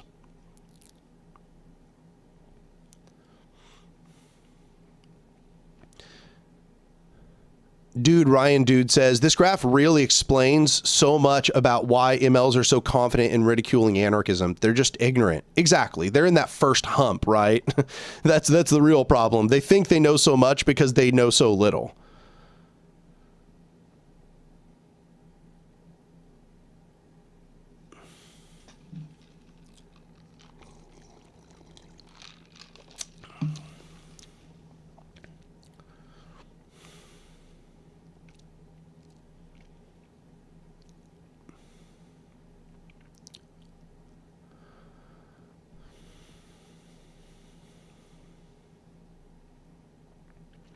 Ryan Dude says, apologies if you've answered this a million times, but have you had any more bother from the FBI? No. No, I mean, at least they haven't. If I have, I didn't know it was them, you know. They haven't come to my door or anything. Got another 250 from Seedtha. They just said, cats, cat emoji, cat emoji, cat emoji, cat emoji, cat emoji. Different cat emojis. Love it. Love it. Incredible stuff. Not $2, €2. Coolioso gave another $5. They said, do you like the idea of building the revolution via the vision of achieving a solar punk library of everything society? I do not find that to be a, like, I think that I love the idea of a library of everything. That's awesome.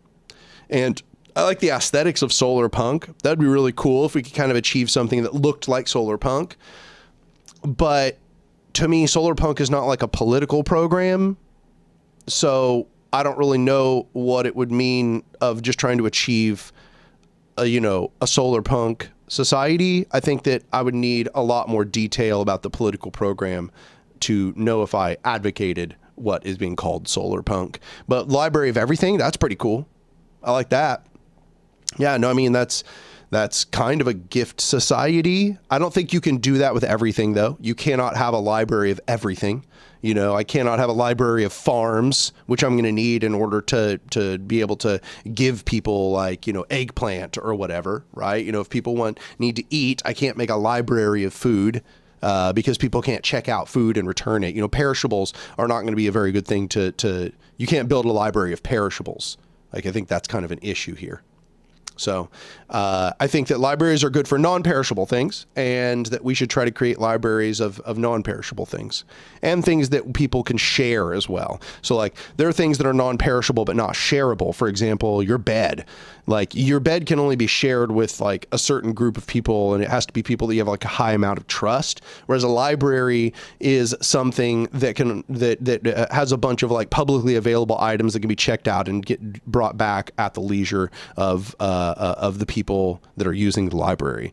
But a bed isn't going to work that way. You know, like, there many objects will not avail themselves properly to a library structure. But for those things that do, that's great.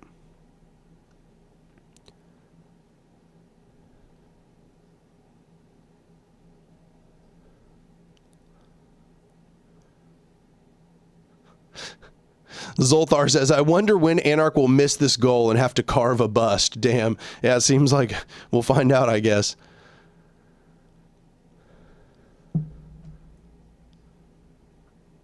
Something says it was the FBI that cut you off in traffic. Yeah, exactly. That's what's really going on. Everything bad that happens in my life, it's the FBI trying to sabotage me. I think we know that. Frosty hyping me up. Thanks, Frosty. I appreciate that. Jessica says, what do you think about the concept of contradictions in dialectics? I actually think that this is one of the things I dislike. I just dislike this phrase contradiction.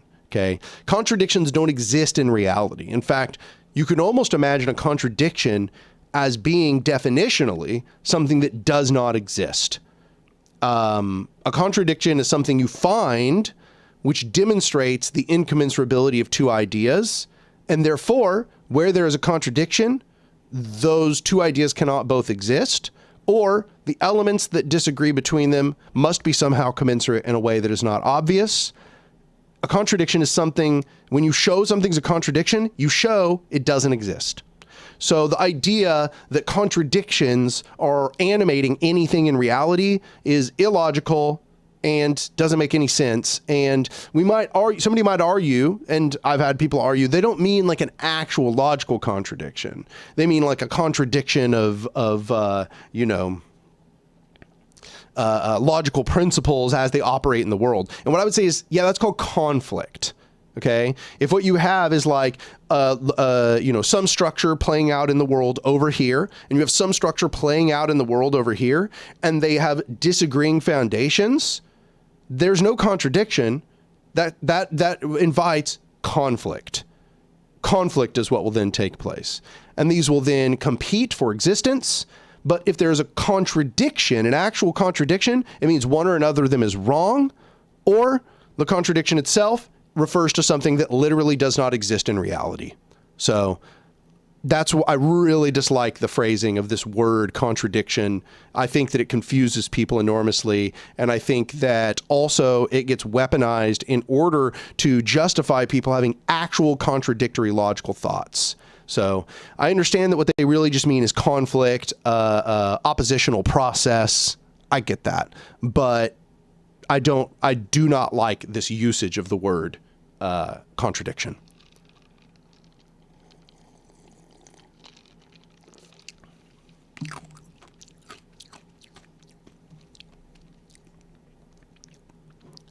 Mike says, when are you going to do the makeup? I'm so sorry. I'm so sorry. I'll get to that very soon.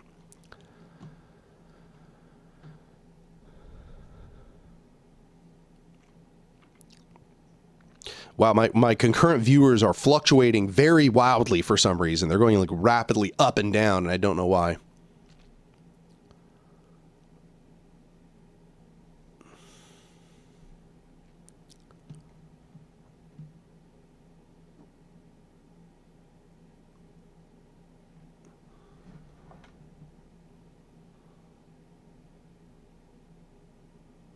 Klatari says, Andrewism made a video on how libraries could work, including consumable items. I know some people here are super critical of him, but I think it's a good video. Okay, well, I mean, what's the name of that video? If you can just send me the name, or if you want to put a link in the chat or something.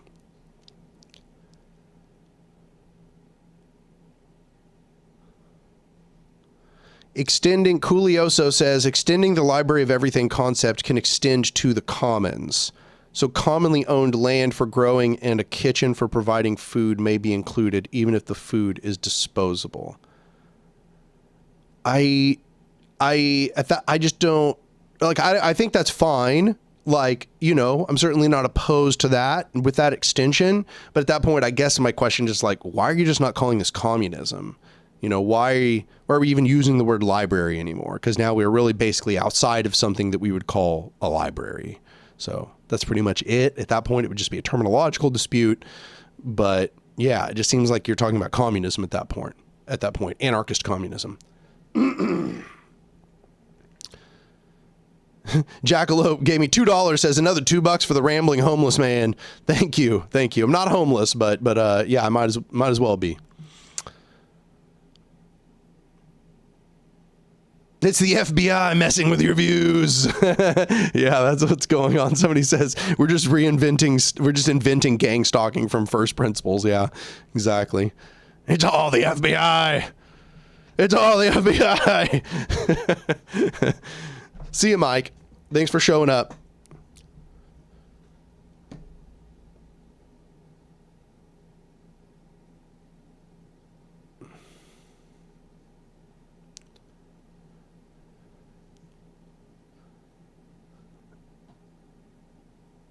I have to use the restroom real quick. Be right back.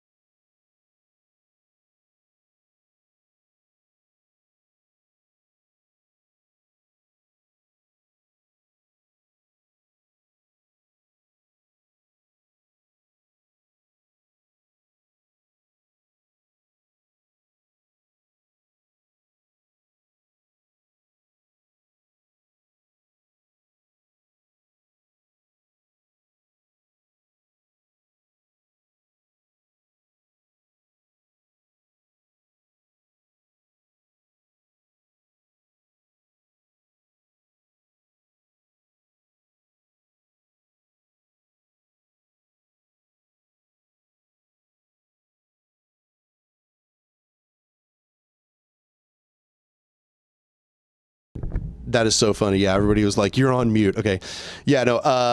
Everybody was like, "Quickly chat, unionize while he's looking." I'm like, I have no idea what that would entail, but I support you. I support you. Good, good on you. Somebody says, at this point with consumables and libraries, I think we're just tossing about semantics, and that's what I think too. And if that's the case, then that's fine. That's I support. If something is exactly what I described, but they use different words, I don't care. That's fine. The words are not important. The concept is important. Words are just labels.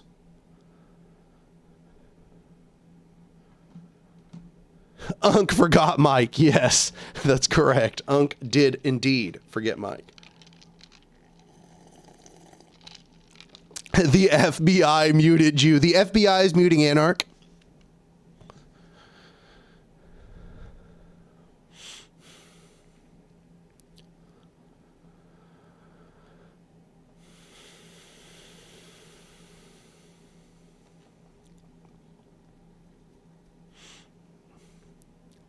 Freestyle Skate says, thoughts on the IWW? If the IWW returned to the power of its heyday, I would be very, very excited. And I'm glad to hear that they're getting a resurge of new members, because that is absolutely what we need. It's telling me my bit rate is at 0. I mean, I think I'm good. I'm hoping everything's fine. Is everything good? Everybody see the stream? Just catch me up. Yeah, I think we're good.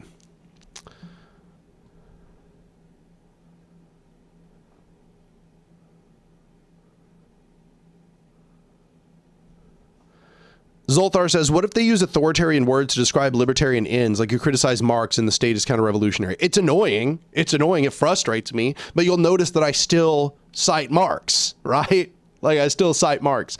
And that's because I just really dislike his use of words to describe what he's describing, but I mostly just agree with the concepts. I still do have substantive disagreements with Marx, like, the demands in the Communist Manifesto, for example, are just kind of silly. Most of them are reformism, but, for the most part, I agree with Marx. Like most of Marx's critiques are correct, and I just disagree with his use of the phrase dictatorship of the proletariat, or disagree with his use of the workers' state. This stuff. These are mostly my disagreements, and mostly my disagreements with Marxists writ large when they misuse these words is really just that I dislike that they are misusing these words. But that is not a substantive disagreement about the actual structure of their theoretical statements.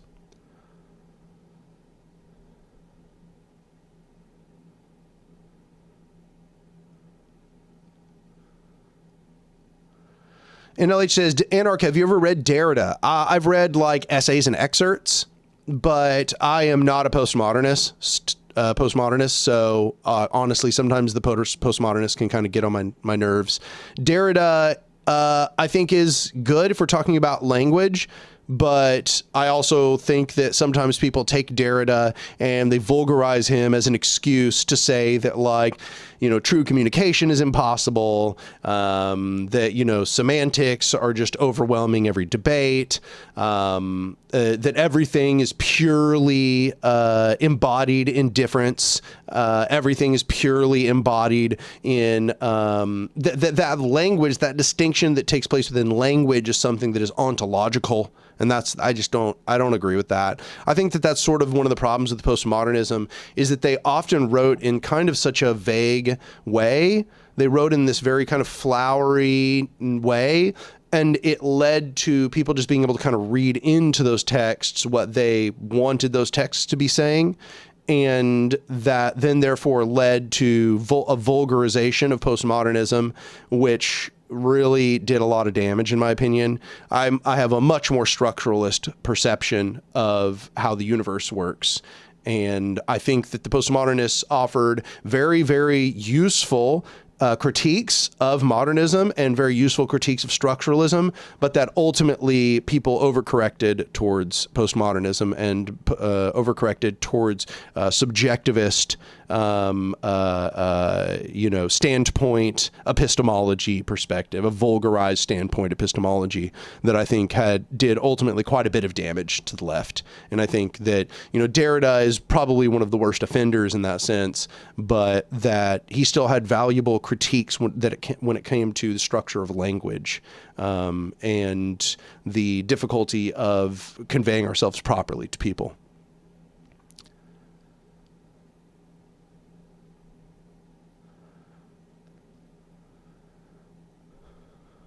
So postmodernism was a trend in philosophy, art, culture, a variety of different things. But here mostly I'm referring to the trend in philosophy. This is a trend of philosophy that was a critique of modernism and of the Enlightenment era. It was largely a critique of the confidence of the Enlightenment era, a confidence of the Renaissance, the confidence of scientific modernity.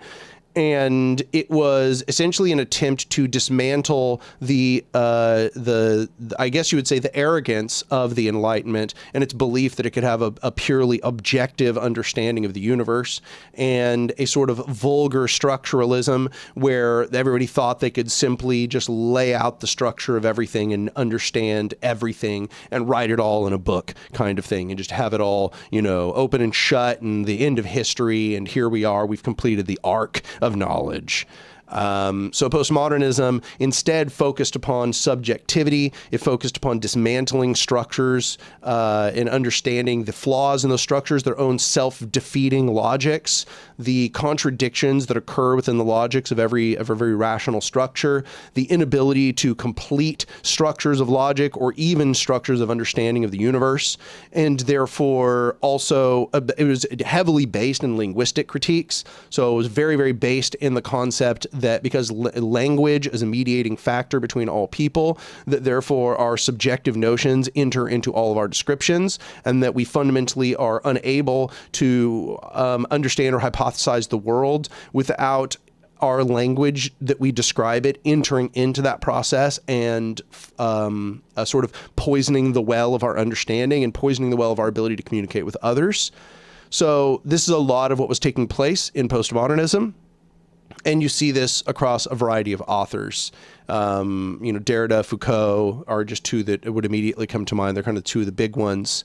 But I would say that I'm postmodernist. So I sometimes call myself a meta-modernist, because I'm not advocating in these critiques against postmodernism. I'm not advocating that we move back to just pure structuralism and modernism and all of that, because I think that the postmodernists had good critiques. I think the problem is that then they took those critiques and then they basically said, cool, now we have completed the picture. Here it is. Now everybody just basically has to see things like this. And we don't need to return to structure. All we have to do is keep endlessly critiquing. And I think that what that led to is a sort of inward focused viewpoint, which eschewed the broader use of science and rationality in order to discover outcomes. And I think that had a broadly negative effect. I also think that it was often very insincere that they, kind of did this thing where they wrote these very kind of lofty pieces that are very, very dense and jargon-filled and almost impossible to understand. And I think it was that I saw an interview one time with Derrida, actually, where he was basically confronted about the fact where it's like, your work seems very opaque and very difficult to understand. And he basically said, yeah, I'm purposefully doing that. I don't remember if it was Derrida, it might have been Foucault.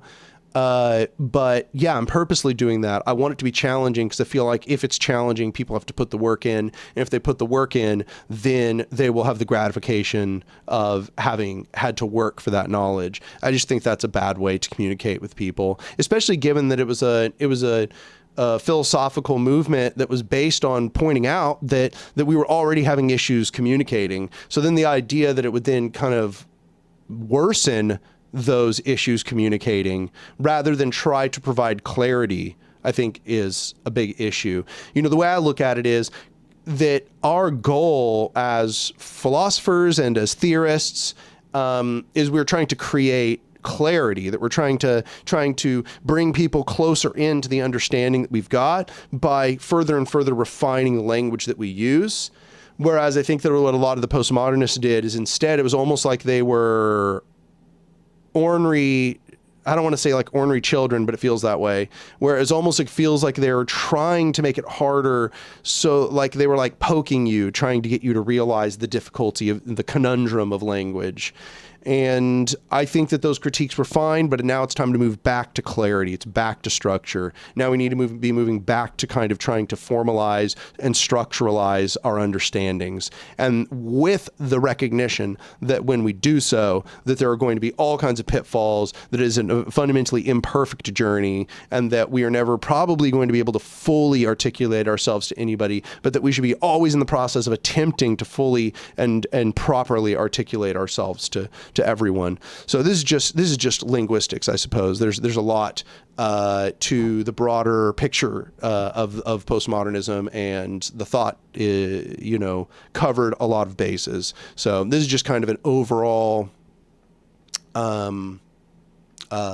description of some of the pet peeves I have. NLH says, Anark, you sound like you like analytical over continental. I appreciate both, but this is interesting.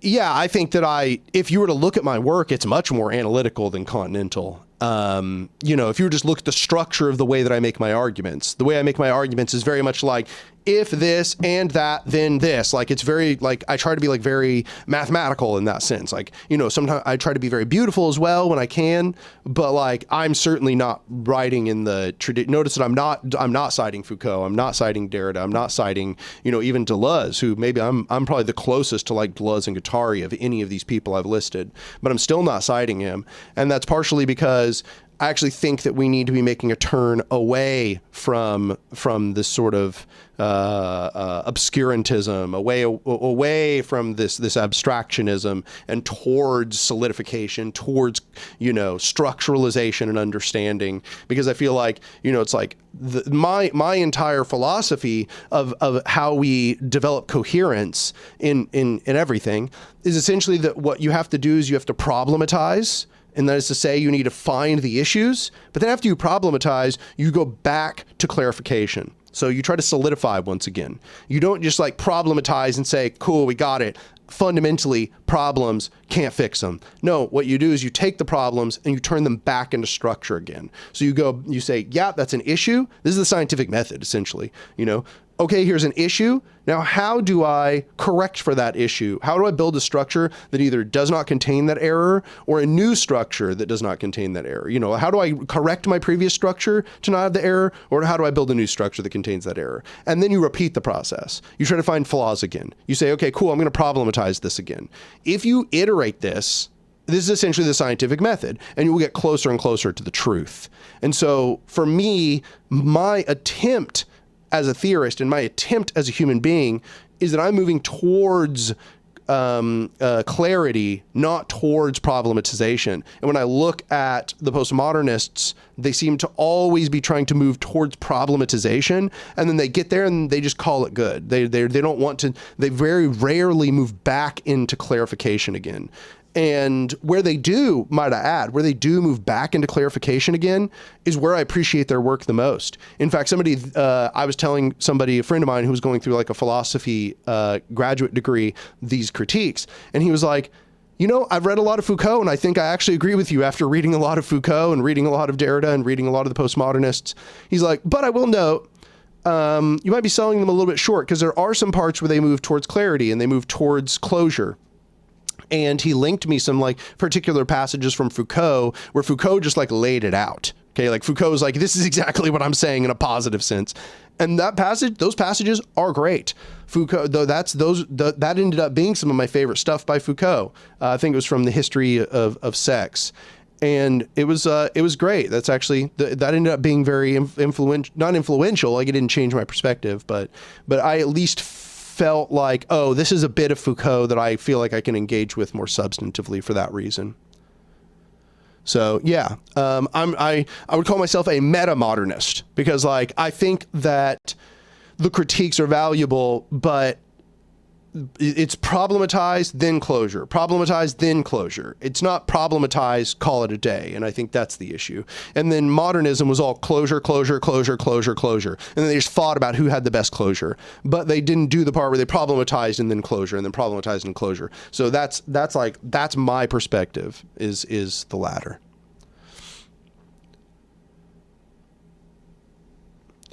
SmittyBit says, to me, postmodernism is kind of like the idea that language is an approximation, but it's an approximation of a real thing. That's exactly the way I look at it. I think this is called speculative realism. Yeah, speculative realism, I think is what this is called. And I think there's another kind of closely related one that's called structural realism. And this is in philosophy here. Yeah, no, this is the one. I'm like a structural realist. Okay? And then kind of like closely related. Yeah, I'm a structural realist. So the idea is, for me, the structure of the universe exists no matter what we call it and what we say about it. There is a physics of the universe. There is a quote unquote true physics. There is a capital T truth of everything in the universe. And that is the reality of the universe, is capital T truth. And then we, as limited beings, are trying to impress ourselves or impress our understandings upon the world. It's almost like what I've said is like, when you were young, did any of y'all like put a piece of paper over a surface and then run a crayon over it? And then what you would get is kind of like, you would get like an impression of the surface, right? That, in my opinion, is what we are doing with like all of our structures that we're building, okay? Is we're basically like making this tracing of reality, but that tracing is conveying facts. Even if the tracing is not itself reality, it is conveying, oh, wow, Murray just completely blocked the lens, didn't he? You silly baby. Yeah, Murray's just laying here. Somebody said, I don't see the cat. No, the cat's just like laying in front of my camera right now. But it's a tracing of reality nonetheless, okay? Even though the tracing is flawed, it's real. It's a mapping of a real thing. And I think that's really the point that I'm trying to get across. I think that's the frustrating part about postmodernism to me, is that it gets so focused on saying like, okay, but the crayon tracing is not reality. Fair enough, it's not. But if I were to then, instead of tracing the surface with a crayon and a paper, now like, let's say, put a layer of paint over it and then peel the paint off. Well, now I would have something that's an even more, detailed rendering of the surface. I would now have its like peaks and valleys, and well, okay, now it would be missing, for example, its colors. It would be missing its details, but it would now at least have its topography, and it would have more detail. To me, this is the entire project of science, is doing better and better and better. Like starting with the crayon on the surface, then putting the material over the and peeling it, and you know what I'm saying? Like creating this better and better and better and better mapping. And I think one thing that I see in a lot of postmodernist philosophy is this idea that you never get a better mapping. You just get new subjectivities. You just get, everything is, there's no better mappings, there's no worse mappings. And don't get me wrong, I know that Foucault, for example, says otherwise, but like, this is kind of the gist of what I see a lot of people weaponize postmodernism for, is that there is no capital T truth, there is no objective reality, all there are is just competing subjectivities. And that all subjectivities are kind of bound to their historical era, and that all historical epics in their epistemes essentially constrain the people of that era to be purely talking about their historical subjectivities. And I just disagree with that. I think that humans move closer and closer to having knowledge of the objective by this process, this iterative process of problematization and closure. And so yeah, that's my perspective. Oh, looks like I got donations while I was rambling. SmittyBit gave me $10, says money for a capital B burrito. Hell yeah. Another $10 from T-Plink, and they said treats for Murray. Murray would probably gonna love that. I mean, honestly, you just gave me $10, treats for Murray. I'll give Murray treats. Be right back. Hey Murray, be grateful. He just gave you treats.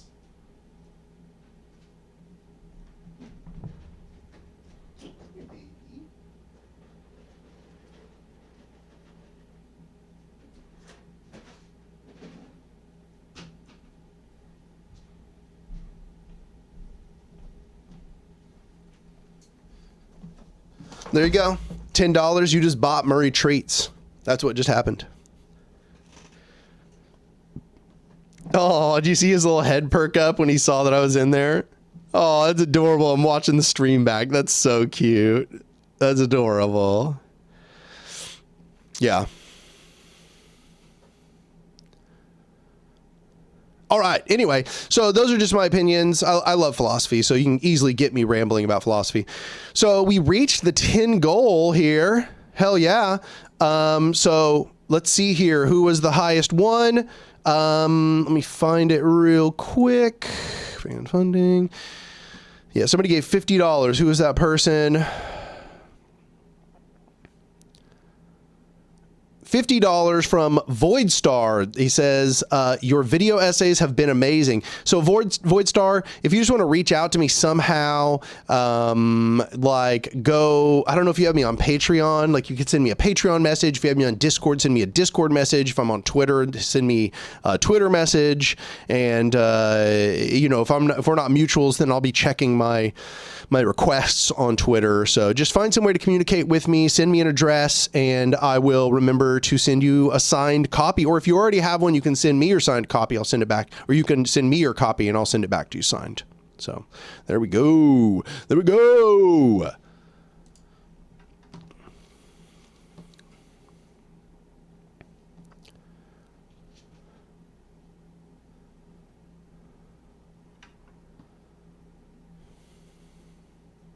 Uptide says, how does currencyless group trade with those outside the group? I don't really think that you can, or I guess you'd have to be bartering. But I think that ultimately a currencyless group is going to have a hard time trading with people in a non-currencyless or that has currency, you know, because they're going to want money for it, and vice versa. They're going to pay you money for the things you sell them. So like, I don't know. I do.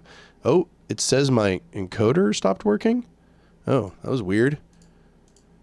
Oh, okay. No, it's back to working again. That was very odd. I don't know if y'all saw a blip in it or...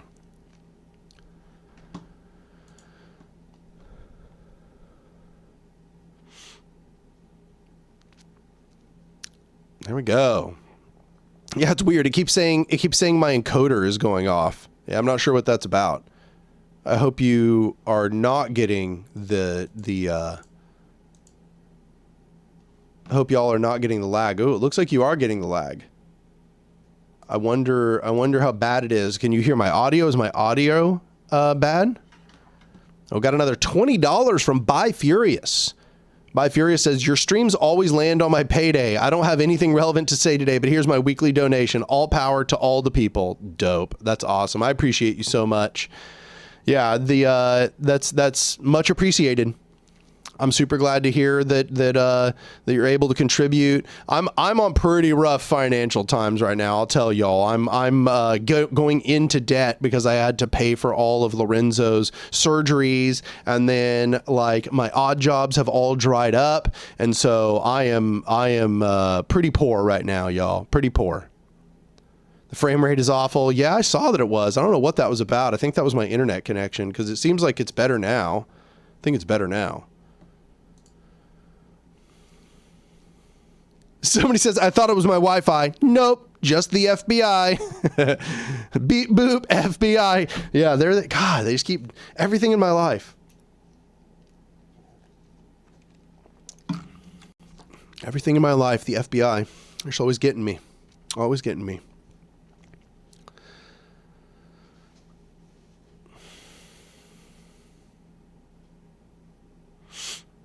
So the audio was good. I'm glad to hear that. I'm glad the audio was good at least.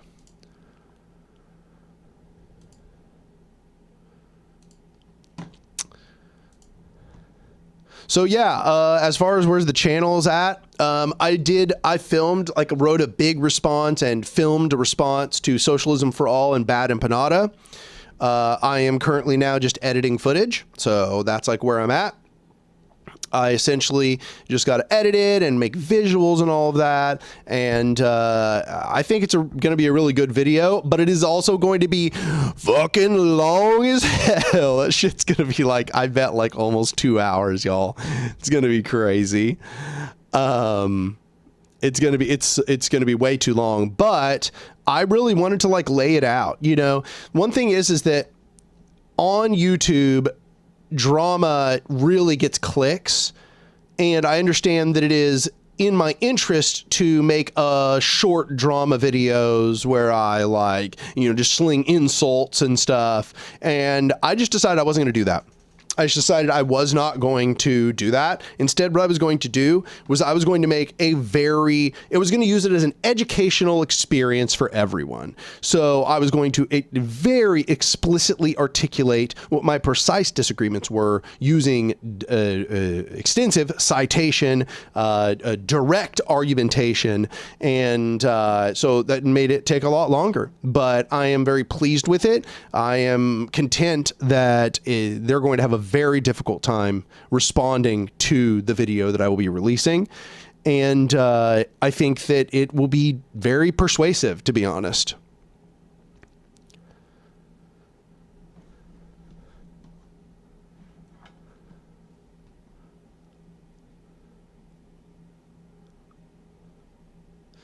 NM says, do you think Elinor Ostrom's collective action theory can contribute to anarchism? I don't know, but I really love Elinor Ostrom's work on the commons. So I would really be open to learning more about her collective action theory. Ostrom. Cool. I will keep that tab open.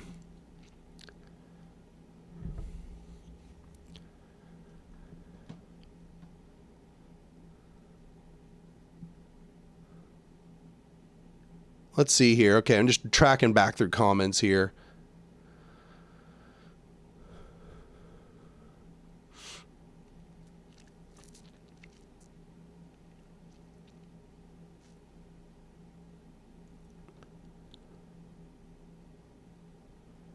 The live chats and the possible debate after is going to be unbearable. There probably will not be a debate after. I don't think he's really going to be able to respond to it. He'll only respond to it with insults and nitpicking. Just watch. If he responds to it at all, which I would be shocked if he did, because I already did all of this with the state is counter-revolutionary, okay? The state is counter-revolutionary already pretty much ended this debate. Like, back in like, I don't know, it would have been like sometime between 2016... Yeah, between like maybe 2018, 2019 and like 2021, 22, something like that. I engaged like extensively with authoritarian leftists, just getting into long arguments with them on Twitter. And I essentially just like learned that they didn't have arguments against the like theoretical critiques and the historical facts. And so because I read a bunch of theory and history and read a bunch of like Soviet documents and everything during all of these debates, I just realized that eventually their dialogue tree dead ended and they would just start insults. And I was like, oh, so that's it. That's all you've got. And having read their works, they don't have a response to the state is counter-revolutionary. That series of essays it proves that authoritarian leftists are counter-revolutionaries in practice, even if they might themselves be like well-intentioned, and even if they themselves consider themselves revolutionary and want revolutionary goals. In practice, what they advocate is a counter-revolutionary measure. And so that's why this video series was called The State is Counter-Revolutionary. And essentially all this stuff that I'm relitigating with them in this video response is just me presenting the arguments of the state as counter-revolutionary all over again. And I think that it is going to similarly lead to them not having a response. I've already heard everything they have to say. There isn't a good response to the things that I'm going to rebut them with. And so I think all they're going to be able to do, and this is what any authoritarian leftist did in response to the state is counter-revolutionary, is they're just going to complain, insult, and nitpick tiny details in order to distract from the fact that their broad descriptions are incorrect, that they have mischaracterized anarchism, that they have co-opted movements, and that they support a counter-revolutionary ideology. And there's no way for them to wiggle out of that. So the video, for anybody who cares about reality, is going to be devastating. Yeah, somebody said that series needs a book. Exactly. After the release of A Modern Anarchism, I'm going to begin working on a big manuscript where I expand The State is Counter-Revolutionary, and I'm going to offer it to probably PM Press again. So, okay, I saw, I know I missed a couple things here. Let me go back. Let me check real quick.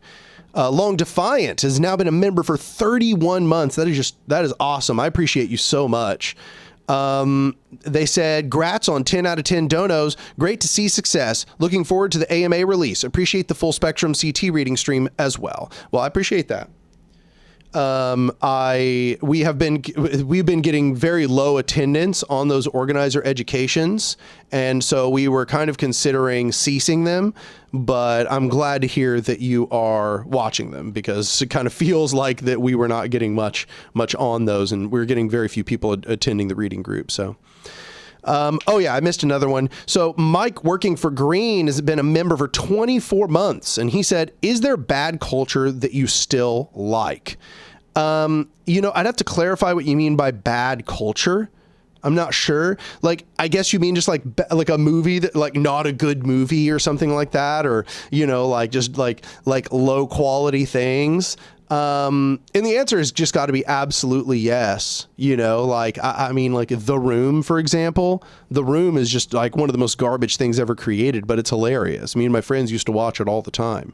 You know, I like some kind of schlocky action movies, you know, like Die Hard or Predator. Like, I like those old kind of schlocky action movies. Some of those are really fun. Oh, another member for 11 months, T-Plank, just said, rad. And then right as I said that, €1 says, €1 for the domestic terrorist. That's me. Apparently, at least. I guess that's what they consider me. Oh, well, open the door, damn. Here you go.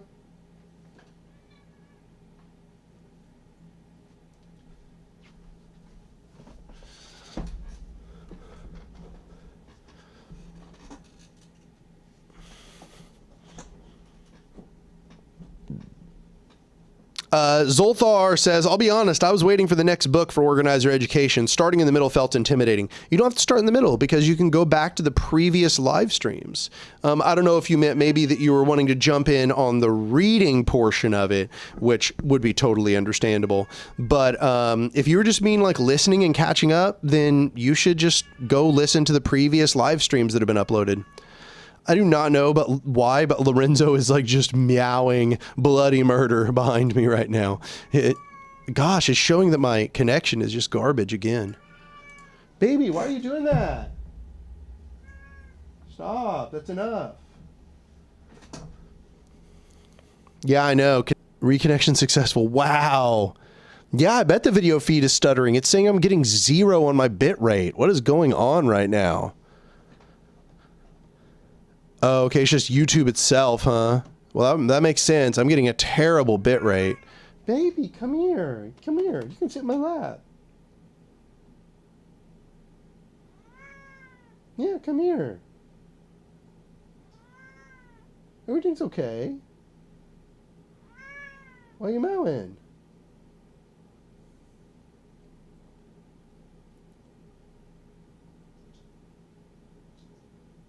You knocked your food over, huh? Wow, this is just, this is going. It sucks, though. Here's Lorenzo. Hey, Lorenzo, baby. Hey, Lorenzo, sweetie. You cutie. Come here. You can cuddle me. Yeah, come cuddle me, baby. Come here.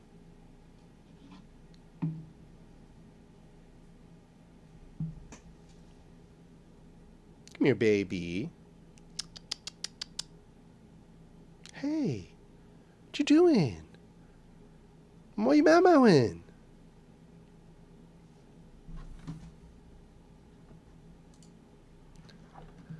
Dang, yeah, these buffers are really bad. How's my audio? Can y'all hear my audio?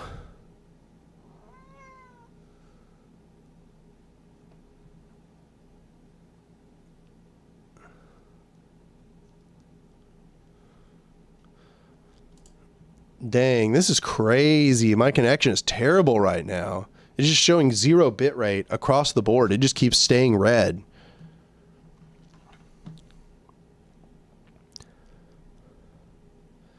You're missing it though. Lorenzo was being super cute. Try a new stream? I don't know. Damn, people be leaving the stream. We just halved the number of active viewers. That sucks. Then again, it might be on everybody else, or it might be on YouTube's side. Well, I guess at least if the audio is fine, I'll kind of keep talking a little bit, but... Slow-mo Lorenzo. Slow-mo Lorenzo. What's wrong, sweetie? What's wrong? What's wrong, baby? What's wrong? Now you got Lorenzo up in your face. I think luckily this time you're actually getting full motion Lorenzo. Oh, hi, baby. Come here, sweetie. You can cuddle with me. Come here. What are you doing? Why are you trying to knock that off? Stop it. Oh my God. This is really bad, y'all. I'm sorry. Audio seems good. Yeah, this is frustrating though. Oh, baby. Yeah, I think y'all got good bit rate for like a second. Like it was, God. It's really causing problems. I don't know what Lorenzo is complaining about either. I'm just feeling overwhelmed right now. Getting kind of disoriented. Why are you meowing like that? What?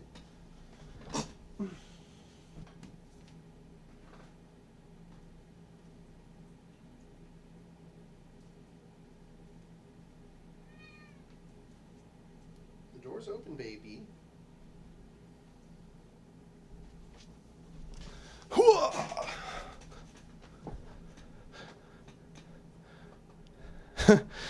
All right, well, it looks like the video's better. It says I'm back to having green bit rate, so oh my gosh, Lorenzo's still going though.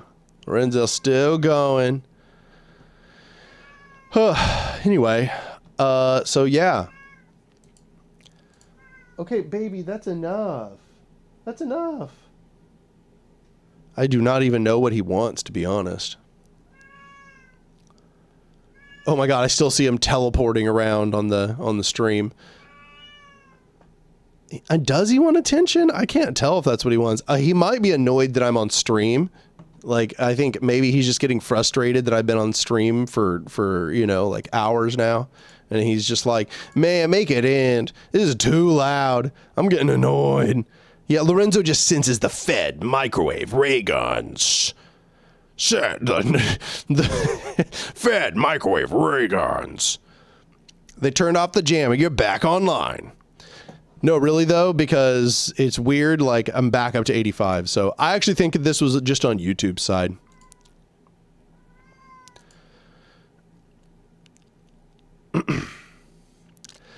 Anyway, so I guess trying to get back into the groove.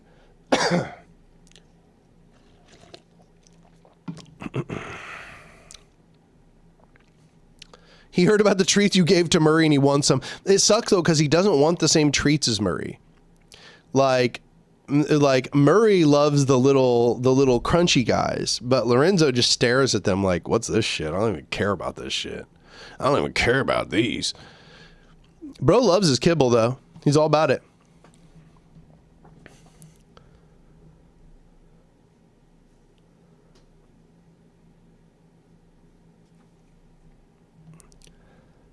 Lawrence. Lawrence is funny.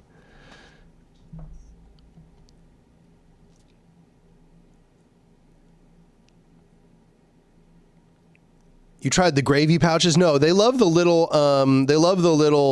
squeezy guys that's in the tube, the little squeeze of the meat tube. They love that. They can't get enough. He's using the bathroom now, so maybe it's that he wants me to like clean his He wants me to clean his litter box, perhaps.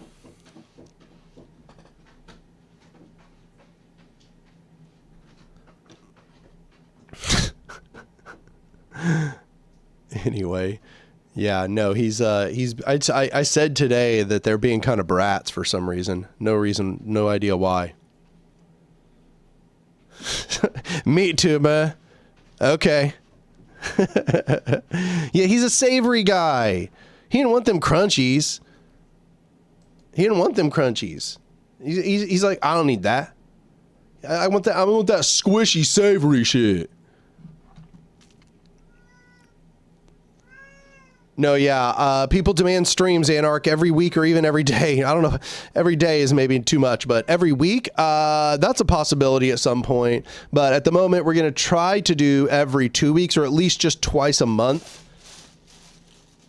What are you doing?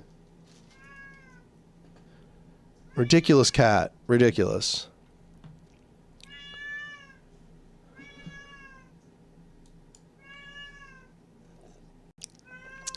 He's just meowing. He's just going for it. He's just... Every 2 weeks? No, twice a month is not necessarily every 2 weeks, you know, because I might, like this month I missed the every other mark, and then this is a makeup stream. Also, there's sometimes 5 weeks in a month or five Fridays in a month, so. Frosty gave €13 and 13 euros and 12, I don't know, what is that? What's that smaller denomination? Anyway, 13.12 euros.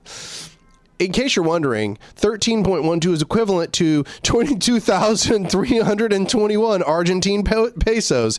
Hope that helps. It does. I was really, really thinking a lot about how much it was going to be worth in Argentine pesos. What if the cat keeps pulling your cables? I thought about that, but I don't think that's the case, just looking around right now. You must be on stream for the rest of your life, like the Truman Show. I mean, that definitely would probably help the channel grow, you know? Probably would.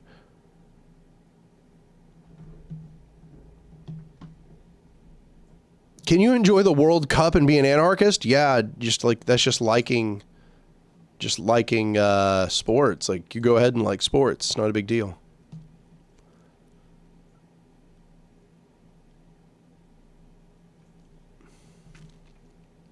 Damn, it's doing it again. This is so frustrating, y'all. Today I was like, yeah, I'm going to stick around. I'm going to do this one for a while. I think I'll go until like, you know, a little bit later than usual. And then like, oh, just about the time that I would be like, just around the time that I would be like stopping the stream anyway, then it's messing up. It like exactly that point, which is kind of annoying because it's like, damn.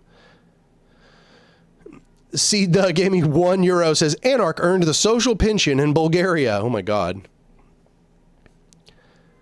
NM says, Anark, did you play high school football? I did not. I never liked sports. I was never into sports. I had numerous people trying to get me to join the football team though, because I'm a big guy. I'm a big old guy.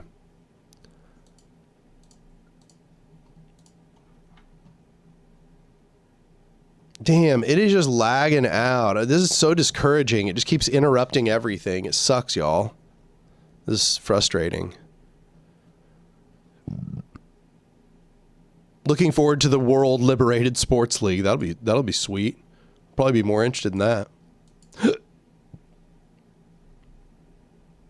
Okay, are we back? I think we're back. It says our bit rate is back to normal again. Phenomenal.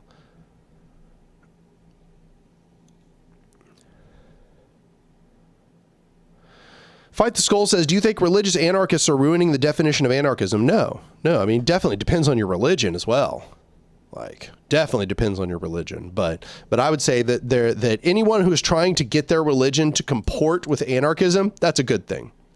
I'm happy to hear that anyone is trying to create a synthesis of their religion and anarchism, because even though I myself am an atheist and I do think that religion causes a lot of problems in the world, I would prefer that if people are going to stay with their religion, that they find a version of their religion or an interpretation of their religion that comports with revolutionary means, with a libertarian, socialist, revolutionary outlook. Yeah, so the audio stayed good though, huh?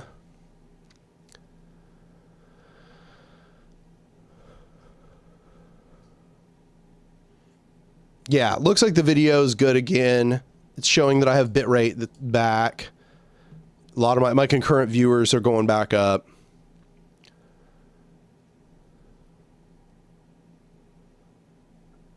Frosty said, now I've expanded my Centurial Anark donation fund. See you in 100 years.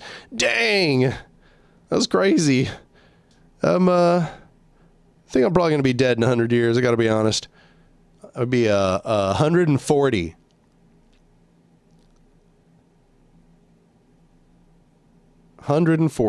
Yeah, we'll see. I don't think so. I don't think that's going to happen. Why atheist and not nihilist? I'm not a nihilist. I don't really agree with most any version of nihilism I've ever heard, to be honest. I don't agree with I don't agree with epistemological nihilism. I don't agree with political nihilism. I don't really agree with any form of nihilism.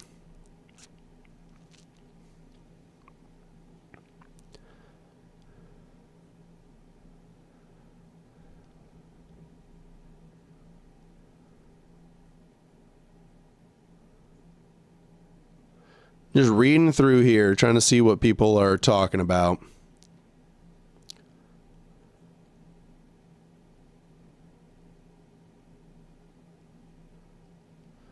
Looks like mostly people are just talking about religion and anarchism here in the chat.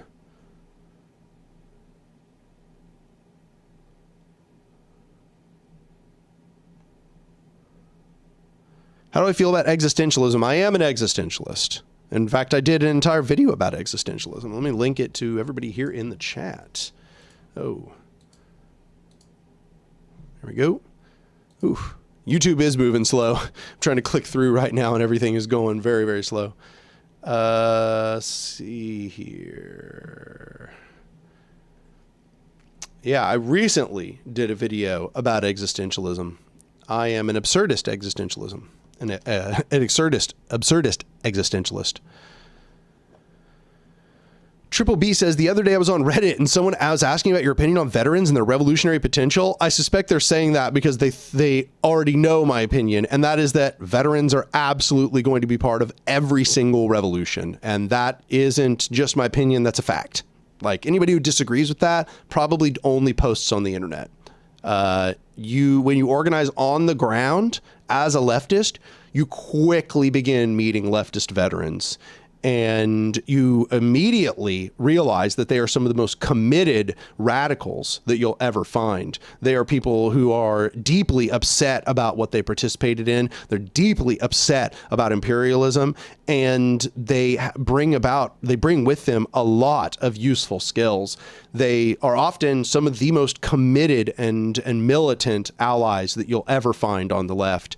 And only people who don't organize can try to say blanket across the board that you don't organize with veterans, because veterans have been involved in literally every single revolutionary juncture in history. Might I add, everybody's like, oh, well, not imperialist veterans. Wrong. Not true. Also, yes, imperialist veterans.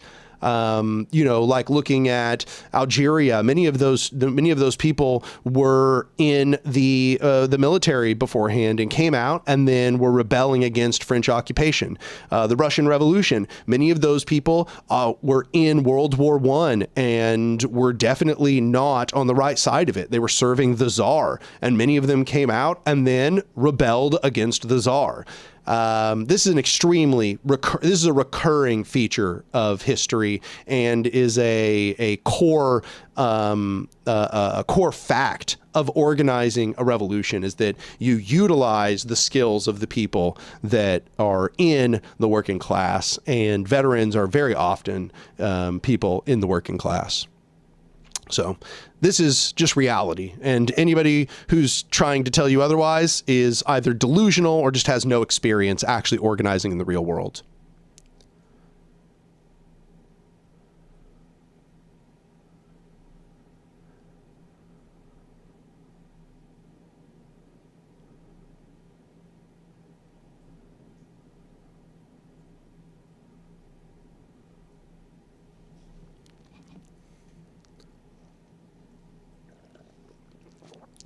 Knowledge and Defense says they lie that they're all war criminals. Yeah, exactly. They're not. They're not all war criminals. I think it's fair to say that everybody who's a veteran takes part in the system of imperialism. That is just a fact, and that's not good. I mean, if you're talking like the United States, for example. I think that's true, and that's not good. But you organize with you don't just organize with any and every veteran you meet. You organize with veterans in measure to their militants, their how radicalized they are, and also in like inverse measure to how brutal what they did was, right? Like if this is a person who is just murdering innocent people over in the Middle East, then obviously that you would hope to see some extreme amount of contrition for that. But like, if they have no contrition for their part in the machine, that's a bad sign. That's a very bad sign. So yeah, no, I think that the topic is just like more nuanced. As soon as you're on the ground, you realize the topic is more nuanced than armchair YouTubers like to make it out to be. And then I realized people are talking about fucking Graham Plattner. This is crazy. Graham Plattner. Who cares about Graham Plattner? Why are people fucking talking about electoral politics all the time? Who cares about electoral politics? Like, I thought if you're a revolutionary, you should not be talking about electoral politics all the time. That's the thing, is it's like I talk about this and they think I'm talking about Graham Plattner. It's like, what? Why do you think I care about Graham Plattner? It's just crazy.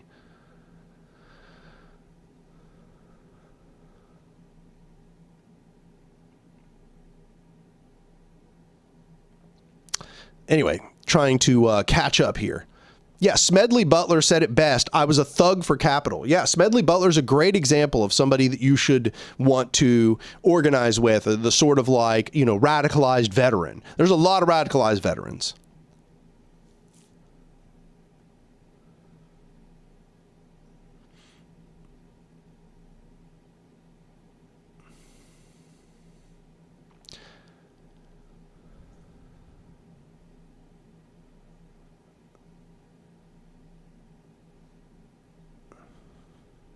Yeah, Lauren Miller says, if you're a revolutionary, you should always be talking about how electoralism is a black hole where your energy and time goes and never comes back. That's exactly right.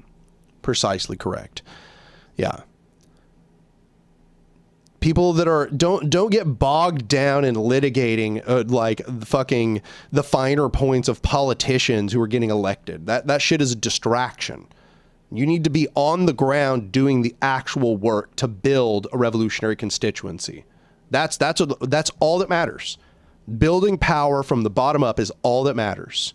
And here's the thing, even if you cared about electoralism, even if you cared about them getting elected, you need to understand that social democratic waves come from bottom up power. They come from a movement from the bottom up. So if you want people to get elected, sock Dems to get elected, then you need to organize from the bottom up so that those sock Dems will be elected as a byproduct. But don't waste your time on trying to elect sock Dems or arguing about fucking elections. That's a fucking waste of your time if you're a revolutionary. If you're a reformist, I get it. But if you're a revolutionary, that doesn't matter.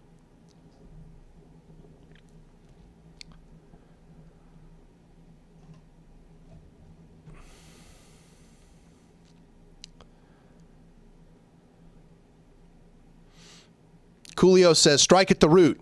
systematically dismantle capitalism. That's precisely right. That's the key. The key is systematically dismantling capitalism, systematically dismantling all hierarchical power structures.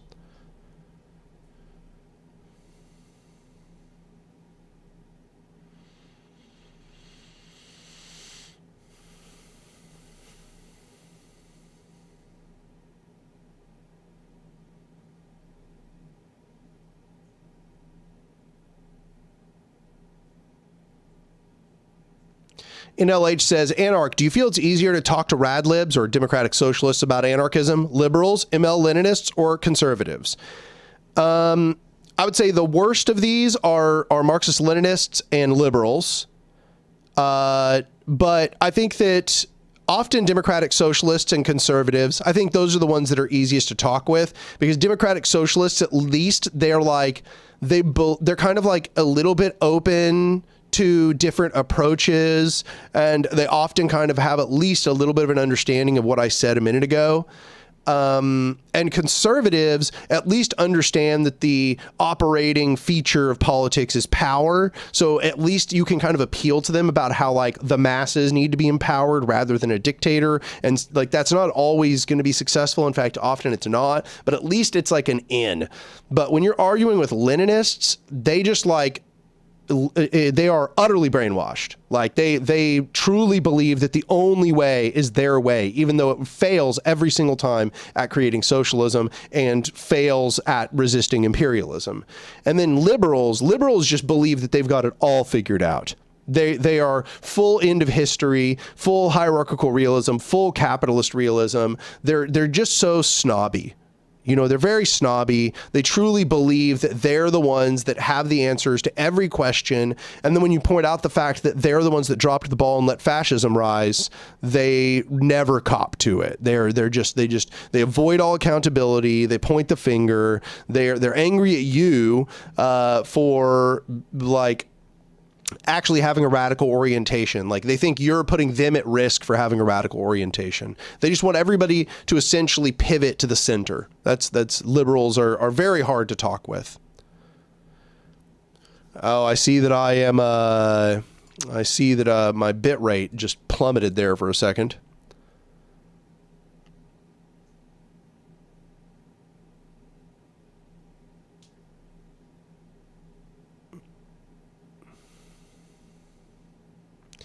Sam gave $5. He said, quick back of the napkin math. Current research project is probably going to top out around 880K word count. Also, DSA types are actually insufferable. It really depends. I mean, I don't know where you're living right now, but if you're living where you were previously, where you're at, yes, my God, they are very arrogant. But like in a lot of other places, they're just like, I don't know. It's like a lot of the time it's kind of bandwagon effect where they're just like, oh, this is a leftist organization that gets a bunch of normies to join. And then, you know, it's like they end up doing like mutual aid or some shit, or they like poorly run some election campaigns, and you can just, it's like your local leftist group. And in small cities, like sometimes it's the only leftist group. And in that occasion, I kind of get it. But yeah, I mean, the DSA definitely has a lot of like very, cancerous portions, and is certainly leading people down a blind alley with all the electoralism. No doubt about that. NLH says, yeah, I had a talk with a bunch of liberals and it was as hard as talking to Leninists about MLs. Yeah, agreed. 100%. It's basically, it feels the same. It feels like, because they're so confident. They're so confident. They can't conceive that they've fucked up anything. They think they have the whole picture. Eofaxi says, oh my God, first time I caught you live, and then you come in here and I'm like lagging so bad that it looks like a picture show.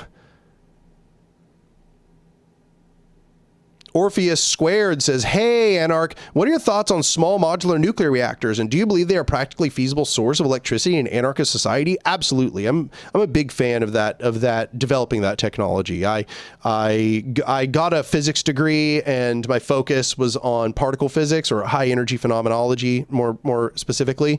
And so like, I know a lot about how nuclear reactors work, and I know that the left made a huge mistake not backing nuclear power. And so, yeah, no, I'm a big fan of modularizing nuclear power because I really do think nuclear power is very safe, though especially like thorium, for example. Nuclear power, it definitely has waste, but every form of power has waste. And per unit, it is much less dangerous, much less poisonous to the environment than almost anything else, including solar energy. So, yeah, no, I'm a big fan of nuclear energy. It has its downsides, but I do believe we can mitigate those downsides, and modularizing nuclear energy is a great way to go.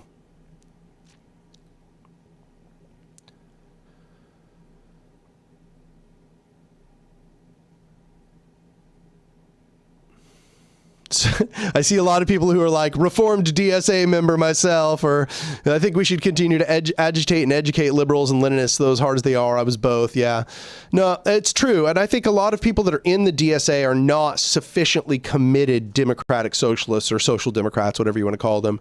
I think that a lot of the time they're just going where they think is effective, and they're like figuring out where they are in their ideological journey. And so you can definitely convert a lot of DSA people, a lot.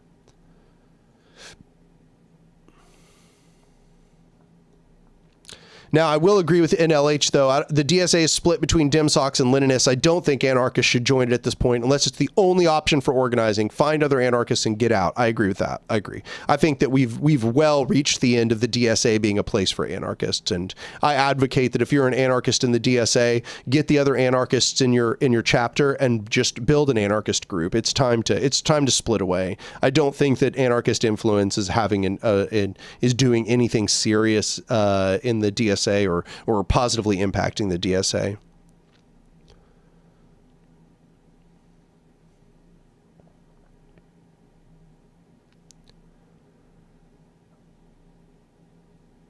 Knowledge and defense. I don't think that it's the stream connection I've got. I think that it is like YouTube. And also I don't want to start a second stream because then there'll be like 2 streams archived, and that's just kind of an annoyance for anybody that wants to listen afterwards. But if it keeps doing this for too much longer, yeah, I'd consider it. I know I'm getting kind of choppy bitrate. Hear me right now? I just am looking for somebody to give me a response. Yeah, I don't know if everybody can hear me or not. Dang. Yeah, this sucks. Okay, well, I'm going to try making another stream. I'm going to try. Okay, we're going to try it. So I'll see y'all here in a minute.